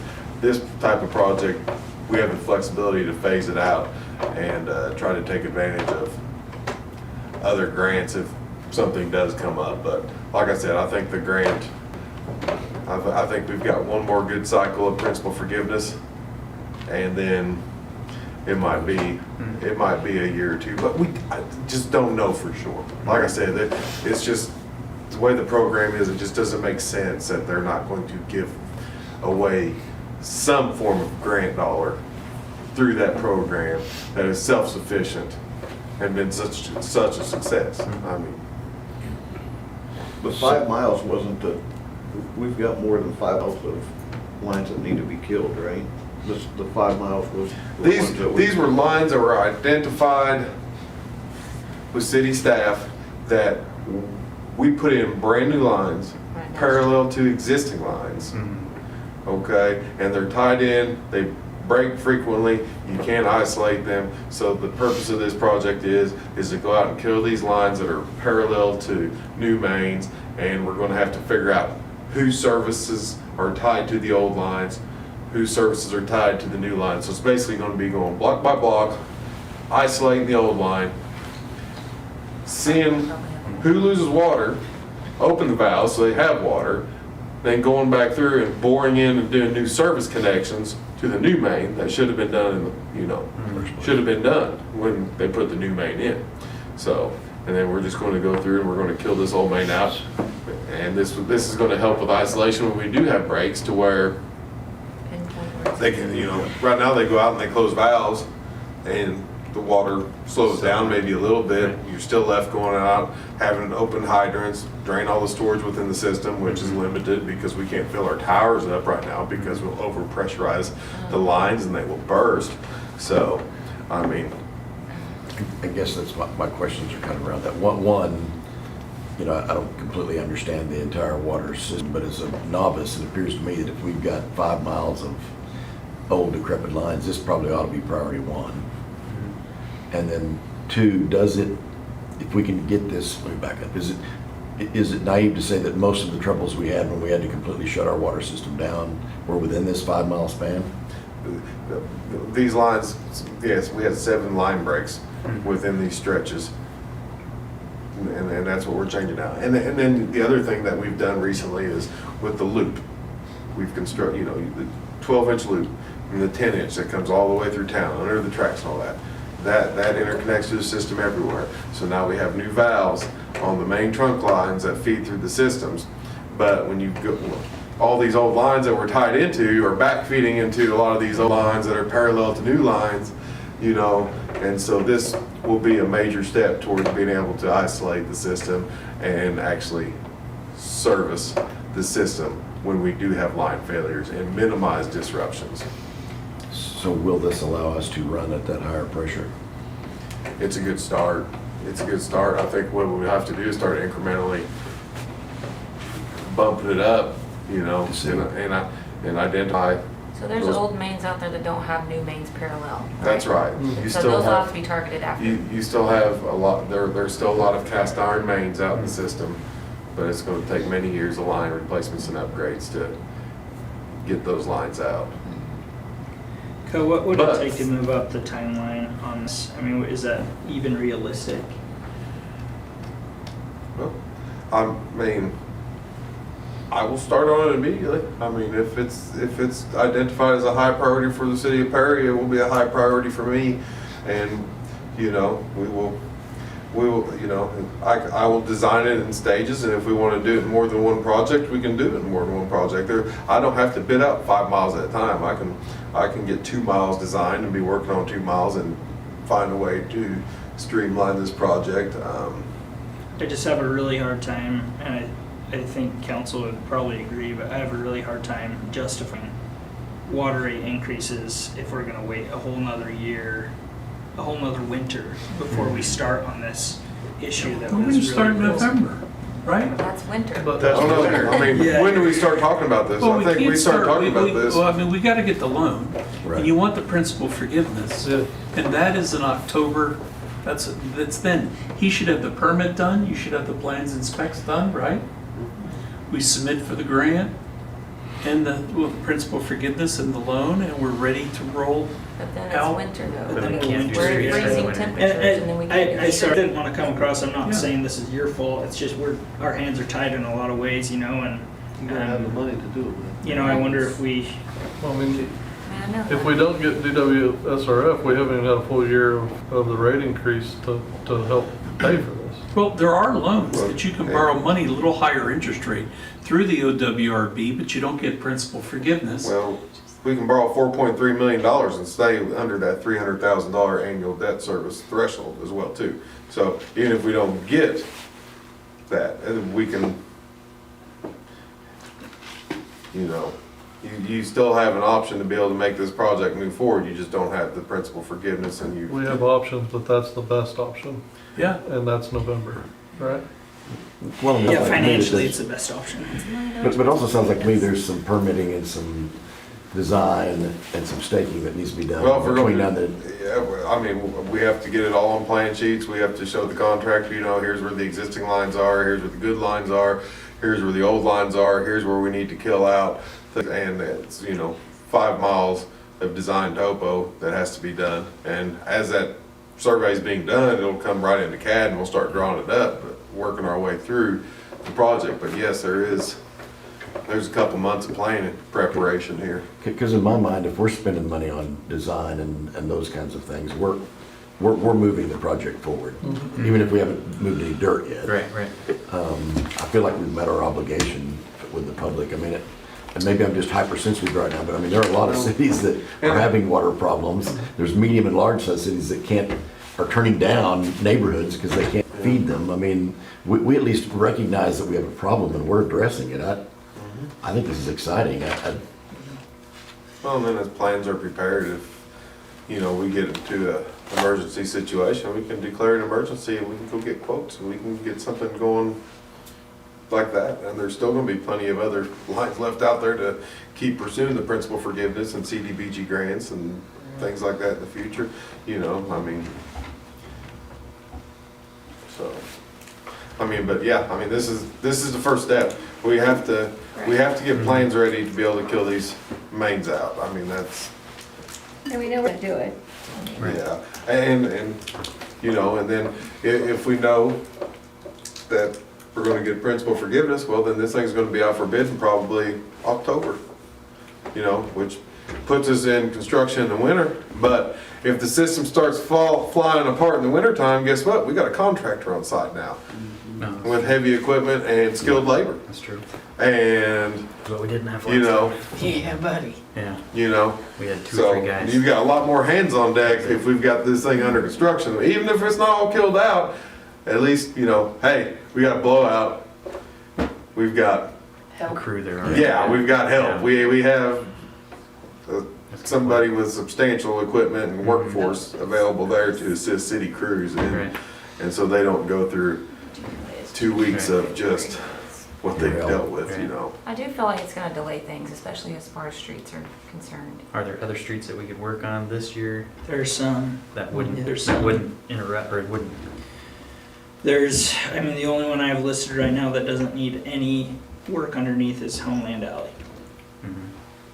every other priority list that we've identified needs some kind of work underneath, and most of them are tied to this water main kill-out project. Now, that being said, we have till April of next year before that tax, right?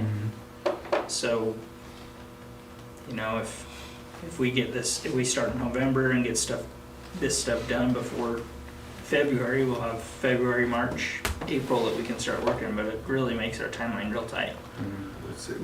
I'm gonna kind of go on the other side of where I stood previously, but the budget we had on those streets then, I mean, we were doing 3 blocks for nearly $1 million. Where we'll be able to do, if we have to come back and touch it, it's a whole lot different than what it was. I mean, still not ideal, but if we did do some this summer to get us started, learn what we're doing and everything, and then we have an issue with the water line. It's not $1 million we just had in that road.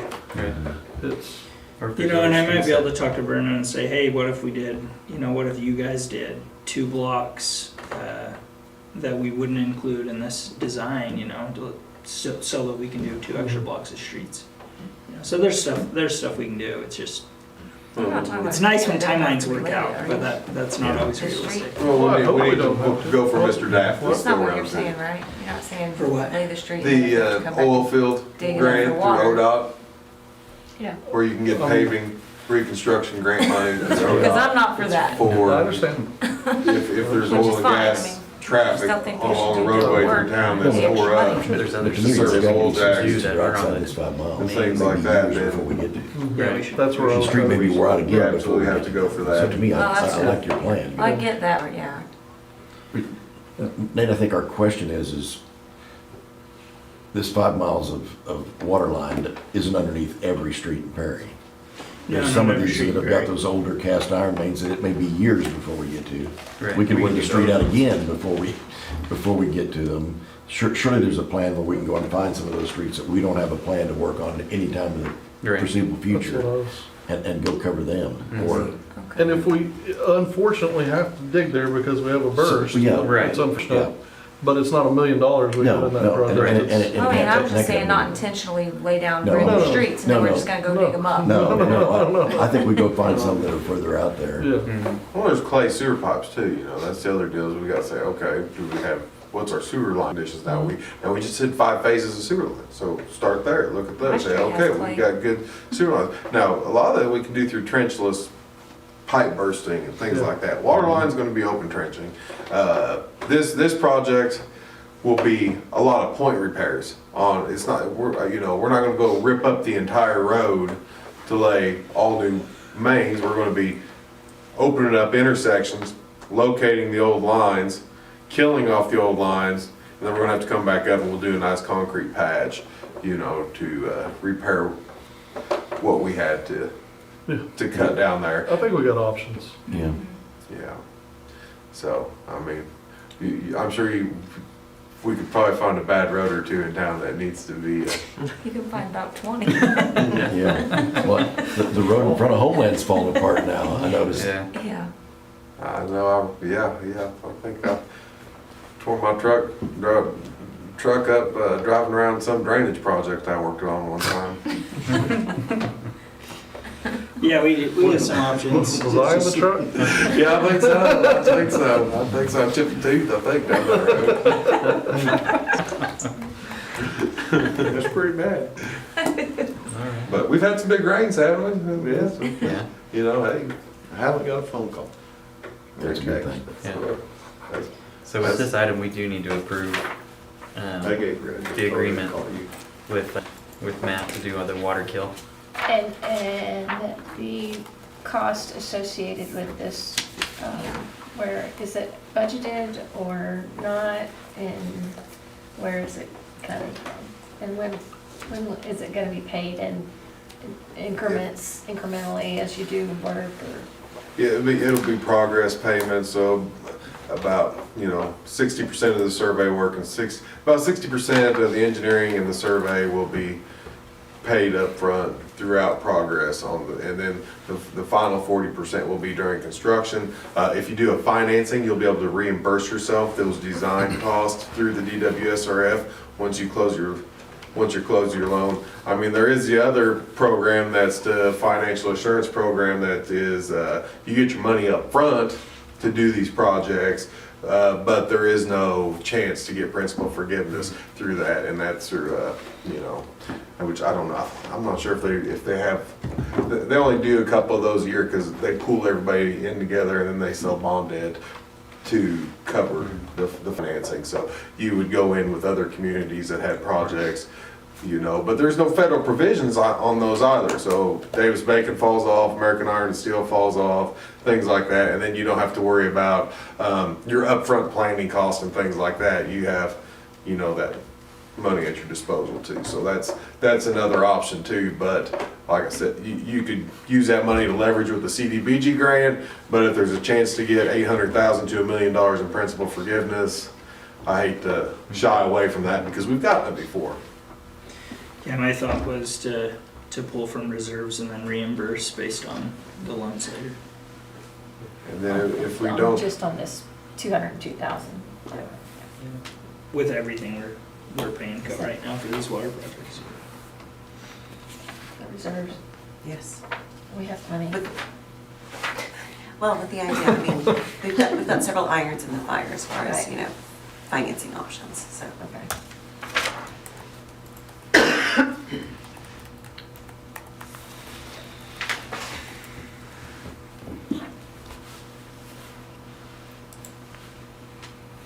Make a motion. Are we ready? Yeah, if you're ready. Make a motion to approve the professional services agreement with Simone Valley Engineering. Second. All right, any other discussion? Roll call. Coffee. Yes. Bledsoe. Yes. Marshall. Yes. Davis. Yes. Coldiron. Yes. Rupp. Yes. Williams. Yes. Brown. Yes. And Worthing. Yes. All right. thank you. We'll be starting on it immediately and we'll get this thing put together and ready as quick as possible so we maximize our chances at getting, you know, some principal forgiveness. So Awesome. appreciate the Thank opportunity. you. Thank you, Matt. Thank you. All right, going down to item 19.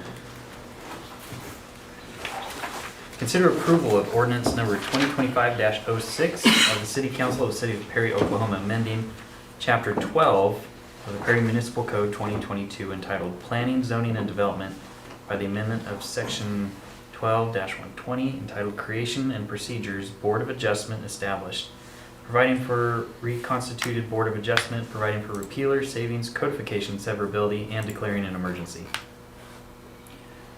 Bryce, you want to give a little background on this one? Yeah, once upon a time, the city wanted to have a Board of Adjustment with a baker, a cook, and a candlestick maker on it, you know? I think I've heard that story. And I just, I hated to write it. Because, you know, you see what the statute says, you know, you appoint, you know, 5 members and there's no requirements at all. In fact, they don't even have to be residents. And I think I've sent an email recently where even another attorney dealt with the same subject and said Board of Planning Commission, yes, statute, residents. Is it mentioned in Board of Adjustment? Yes, they don't have to be residents. And he went on in that opinion to say maybe it's because of the unique nature of the Board of Adjustment, which really acts more like a court than legislature, like you do. All of the members of the current Board of Adjustments are either city employees or their term has way run out. So you're not adversely affecting anybody. You know, what we're recommending is that you adopt just a straight up Board of Adjustment ordinance. We've attached one. And we're going to repeal the existing Board of Adjustment ordinance. And then at the next meeting, you can fill that with residents, non-residents, people that, you know, may want to participate in planning. Now, it's a very important group, because this group acts when you're trying to put a round peg in a square hole. I mean, the code just doesn't address it. And yet the applicant, because of undue hardship or because of a particular slice of property that they have, the way it's shaped, or for some other reason, deserves relief, deserves a variance, deserves a special exception. But appeals from this entity go to the district court. So you have to be careful who you, and maybe that was the reason to do the other ordinance. They wanted to be very careful about who was placed on that, because that appeal goes up. I will tell you that there's some legislature, I don't know where it is right now, that wants decisions of the Board of Adjustment could be reviewed by the City Council. And if that passes, then we'll come back and talk about this later. But really get a Board of Adjustment that will work. I'm really recommending that we approve this, and I wish we would have had this before. They don't meet much, so you could find somebody that is very responsible, that won't have to come to very many meetings, but Yeah, like when they're once a needed, year. but when they're needed, they're needed. I will tell you, most of the Board of Adjustment cases that we've had in front of us have to do with carports. And we are drafting some legislation right now. Brian and I are doing some legislation which actually make carports of a certain type by right. Okay, so your residents can protect their cars from hail without having to file a $100 application and going, notice in the paper and 20-day notice. We're trying to make that simpler, and that's going to come to you very quickly, Planning Commission first. But still, if we could take out those, then this would just be for setbacks, which it's mostly for setbacks, to amend setbacks. So we would recommend your approval and approval of the emergency clause. But we would need names by the next meeting. Well, we definitely would need names by the time that we need this entity. So, I mean, I don't think you need them, immediately. You can take some. There's two Oh, do we cases have that two need to be heard. cases? I didn't know that. So if you don't have approve this, anyone? we do need to. Huh? Do we not have anyone right now? We have a board currently. Yeah, there is a board. There's. Look, Yeah. Yeah. the term is way up, so. But as soon as we approve this, we have to have. We have to have a new one. We have to have Could a be new some one. of the same members, I guess, but. Right. So what's the thought process behind non-citizens? It's permitted. That's all I can say. You may want to only have residents. But by implication, because it's a statutory board, because it's required of the Planning Commission, and nothing is said about it in the enabling statute that appoints it, it is believed that they could be non-residents. Why? There are people that live in Skyline and other places that would like to participate about in Just outside of government. Right. And Which pay, they pay utilities. they pay utilities, but they're and not they've always wanted to. Inside and- city limits. Right. And this could be an opportunity. If I recall correctly, we've had someone on the Board of Adjustments that wasn't a citizen. They were at one time, but they weren't. To fill some of these spots, whether it's a professional engineer or. Well, that's gonna all go. Well, that's all going. That's all Yeah, going. that's what it is You're right gonna be now, able which is to what appoint, makes it so we're tough. making this So it can simple. it can be any old Yahoo now. Yes, but you need to be careful about who you appoint, because their appeals go to the district court. Right. And Right. so, We have a list of the names of people who are already serving. It's on the website, I think. Yeah, it's on the website. You have Brian Wheatley, you have Chrissy, who else is on that? That And one or is, two. Well, Design Walton just, he said he wasn't doing it no more. yeah, Warren Walton, Vicky Byer, Jenny Wade, yeah. Brian Wheatley, Shirley Scott. Not Jenny Weiss, she's been gone a long time. Oh, well, she's, yeah. She's still on the She's website. Michelle Yeah, she's on the Taylor. website, yeah. Yeah. That all wasn't updated when Right. it was, we were getting And so- those I this think year. So I mean, that just kind of, So gives us example of. emphasize the fact we need to Right. do something. Yeah, it's, there's a lot of these people that Yeah, haven't she's really just- done it, they don't live here anymore. Yeah, Michelle Taylor's took her spot, which now she's not a business owner anymore either. right.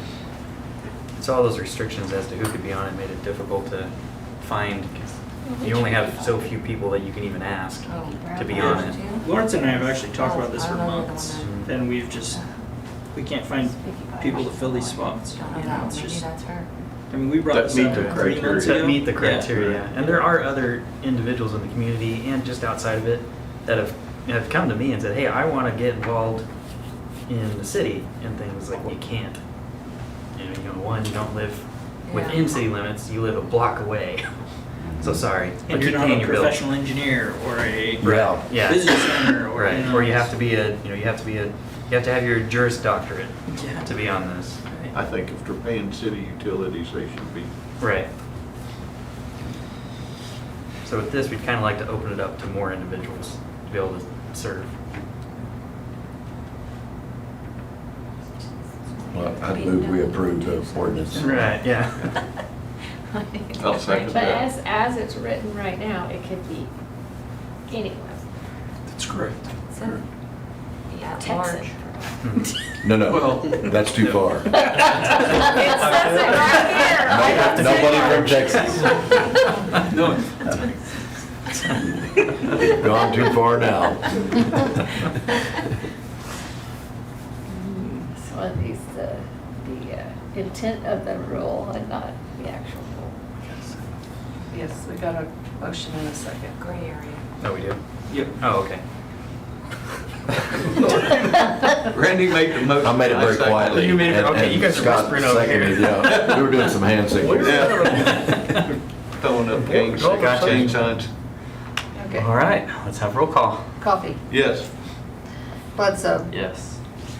Marshall. Yes. Davis. Yes. Goldar. Yes. Rupp. Yes. Williams. Yes. Brown. Yes. Wortham. Yes. All right, item 20, consider approval of the emergency clause for ordinance number 2025-06. So moved. Second. Okay, roll. Yes. Now, Coffee. Yes. Bledsoe. Yes. Marshall. Yes. Davis. Yes. Goldar. Yes. Rupp. Yes. Williams. Yes. Brown. Yes. Wortham. Yes. Item 21, consider approval of ordinance 2025-07 of the City Council of the City of Perry, Oklahoma, amending Chapter 5 of the Perry Municipal Code 2022 by the amendment of Section 5-302 entitled National Electric Code and National Electric Safety Code adopting the 2023 edition, providing for repealer, savings, codification, severability, penalty, and declaring an emergency. State's updated code. We need to follow suit. Was that simple? Is that, didn't we get caught by something last time that we shouldn't have updated with state code? Yeah, but that was for that wasn't for safety standards. That was for building code.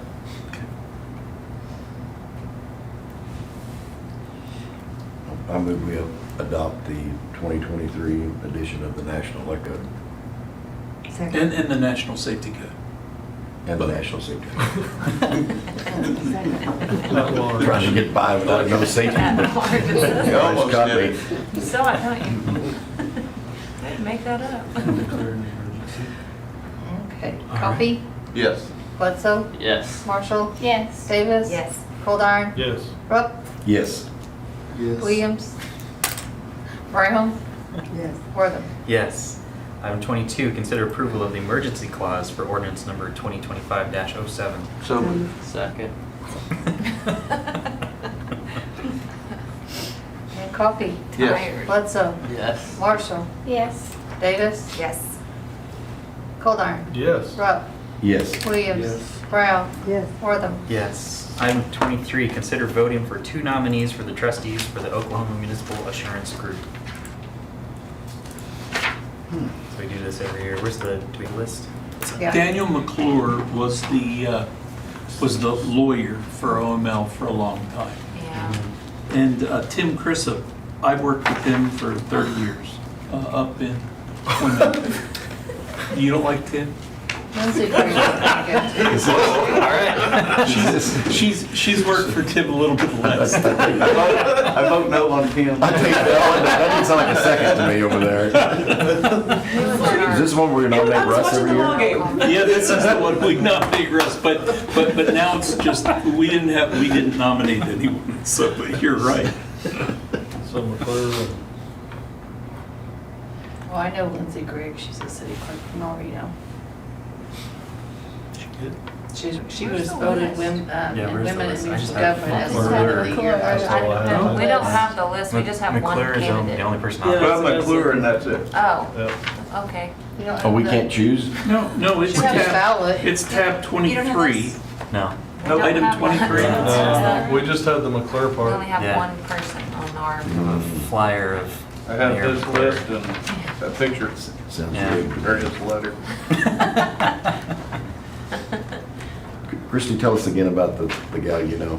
Lindsay Grigg. She She sounds was, great. huh? She sounds that's a great. woman. Well, she was voted Can't Woman vote of for the, a woman. Woman of the Year. That's a guy. I said gal. Oh. She was voted Woman of the Year at the OML conference last year. My only question, not having the list, are there any smaller town people? Not, Well, there's Tim Chris. What? This guy, the Daniel McClure guy. well, Yeah. I figured he was our, There's One Vicki of them. Patterson, she's from the city manager of Broken Bow. Carl Burkhart, city administrator, grants administrator, I know him from Stonewall. Julie Castine, Wait, there's city someone named manager. Stonewall? No, they're from Stonewall. I was really excited about that. No, Jackson, he doesn't. Stonewall, Jackson. She's from Coweta, and then Bryce's gentleman. And then is that Michael Shannon, city manager of Guyman. That's all that's on there. City manager of where? I only Guyman. Guyman. I only knew two of them. Bo is just jumping in the hopping, so I'd almost go with two incumbents. I guess I don't need to see, because I only know one of them on here. Yeah, I don't think. Pick a random, but not Oh, Tim. I don't know him. Another one. I only know him. Anyone but Flyer for. Tim. Right. So, McClure. Anyway, You know, we should do these later more often. They just get more and more fun. Delirious. The delirium is setting Plus, in. a poker face. They say. get time to get things. All right. So, McClure and Grigg. Christop. or we go with what Or- Gloria said and do. Okay. Renominate the incumbents. Oh, the incumbents. The one incumbent and then Somebody McClure, named. right? McClure, Daniel Does McClure McClure- was Oh, pretty cool. yeah, okay, so Yeah. Patterson and Yeah. McClure. yeah. Awesome. There we go. I have her too. That sounds good to me. If that's what Sammy wants, that's what I want. Who does Meredith want? See, Matt. Not Tim. So, All right, so who there's was our the one that two. you were talking about? Lindsay Grigg. Lindsay. Lindsay Grigg Moak is the incumbent. Right. Yeah. Okay, and then Daniel McClure is the second one. Sure. But So Patterson, somebody make which it. one was from Broken Bow? Oh, I don't know. I thought it was Patterson. Patterson. Patterson. Oh, that's So one Gloria Patterson wanted. incumbent? Yeah. I just said that Broken Bow was just jumping and hopping. They got It all the is. things It is. They are, going yeah. down there next to. But it's Christie said she exploding. knew Lindsay. Mhm. Okay. And so, So- and Christie knew the other woman. Yeah. Let's just do Tim. Can we nominate him twice? Or do we just do the incumbent and just But leave it at Well, I that? will say, I'll second like that. Bryce, I know Daniel McClure, and he is really good. I do too. Yeah. Well, I met him, I don't know him. So McClure, Patterson? Sure. McClure Patterson. McClure Patterson. No, thought- Patterson. Patterson? Yeah, Patterson. you guys are better. You know, we talked about. It's not Tim, so I don't care. We argued more about these people we That don't we know. nominate McClure and Patterson. Her nickname's gonna be Tim Hater. Did you get a second? I second it. Okay. Well, I think she heard me, I don't know. What he did. Okay, and Coffee, Yes. Bledsoe, Yes. Marshall, Yes. Davis. Yes. Goldiron, Yes. Rupp, Yes. Williams, I'm gonna have to go Brown. to Anoka. Yeah. Wortham. Yes. That's where Bigfoot is, you don't want to go there. All right, item Everybody's 24. turned it off. Consider approval of the funding agreement with the Oklahoma Development Finance Authority pertaining to the $350,000 for the infrastructure P3 project, 2-lane Charles Hall Boulevard. So we don't have a agreement with Seth Wadley yet. We've just had verbal agreements that they're going to pay the other $400,000 for this. But this is the agreement with our side of it for the $350,000. And then there's some, some costs associated, an upfront charge, and an annual payment in order to get that $350,000. So we do have to sign an agreement in order to do so. Yeah, well, we do recommend that you approve it. Yeah. We can terminate it if for some reason we don't get an agreement with Seth Wadley. I mean, what we're anticipating is an agreement like we got before, where he either puts up $400,000 or all $750,000, and then he gets reimbursed the $350,000 back. Probably that won't be acceptable to him, and from the beginning, we've talked about him putting up $400,000 and us getting the $350,000. Well, now we've gotten the $350,000, but it'll only be paid by as it comes in quarters, which means probably we're going to have to front it and then get reimbursed.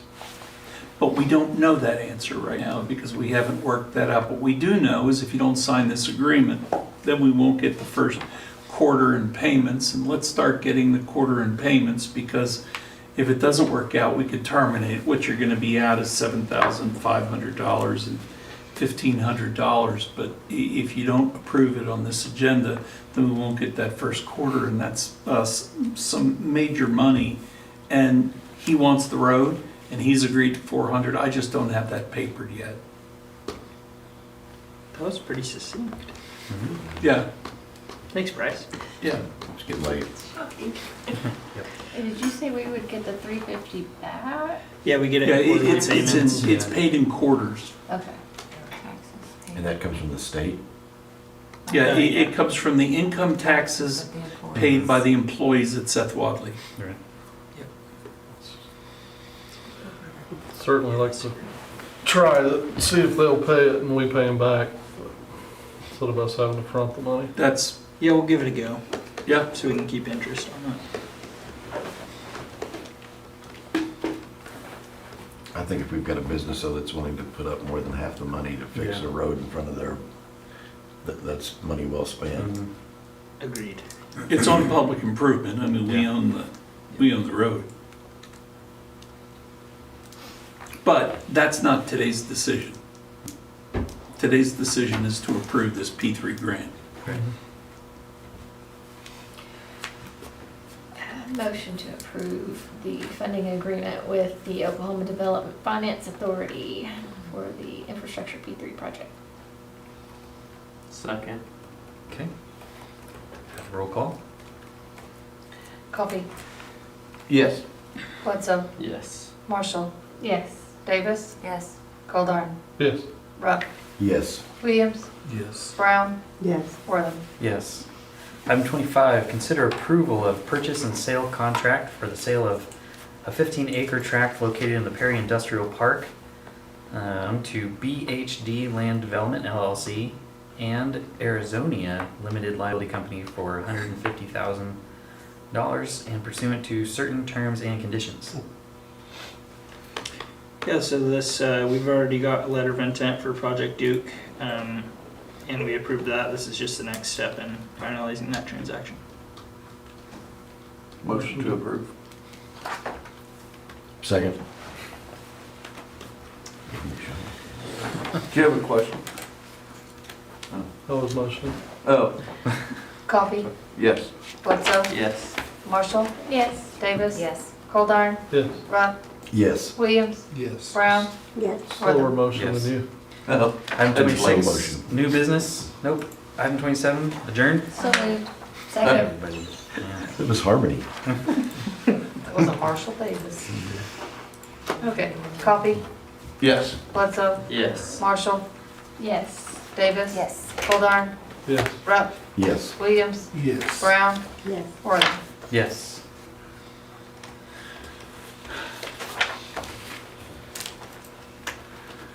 Yes. Go.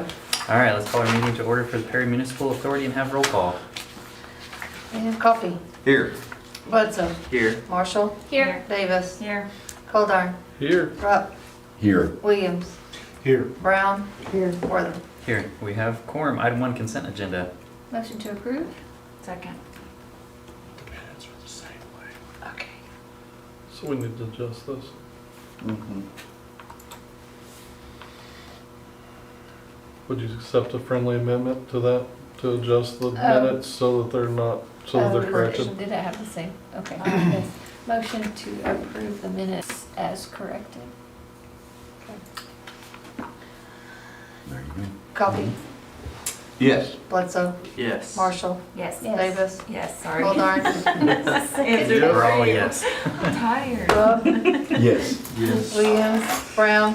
Yes. Wortham. Yes. Item 5, discussion and action on ratifying resolution 2025-06 on $600,000 of leverage for the FY 2025 CDBG grant for proposed improvements to the city's water system by rehabilitating the city's water treatment plant and encumber the $600,000 or as directed by the chief financial officer. Motion to approve? Good. And Coffee. Yes. Bledsoe. Yes. Marshall. Yes. Davis. Yes. Goldar. Yes. Rupp. Yes. Williams. Yes. Brown. Wortham. Yes. Item 6, adjourned. So moved. Second. That didn't sound like you needed a motion. Coffee. Yes. Bledsoe. Yes. Marshall. Yes. Davis. Yes. Goldar. Yes. Rupp. Yes. Williams. Yes. Brown. Yes. Wortham. Yes.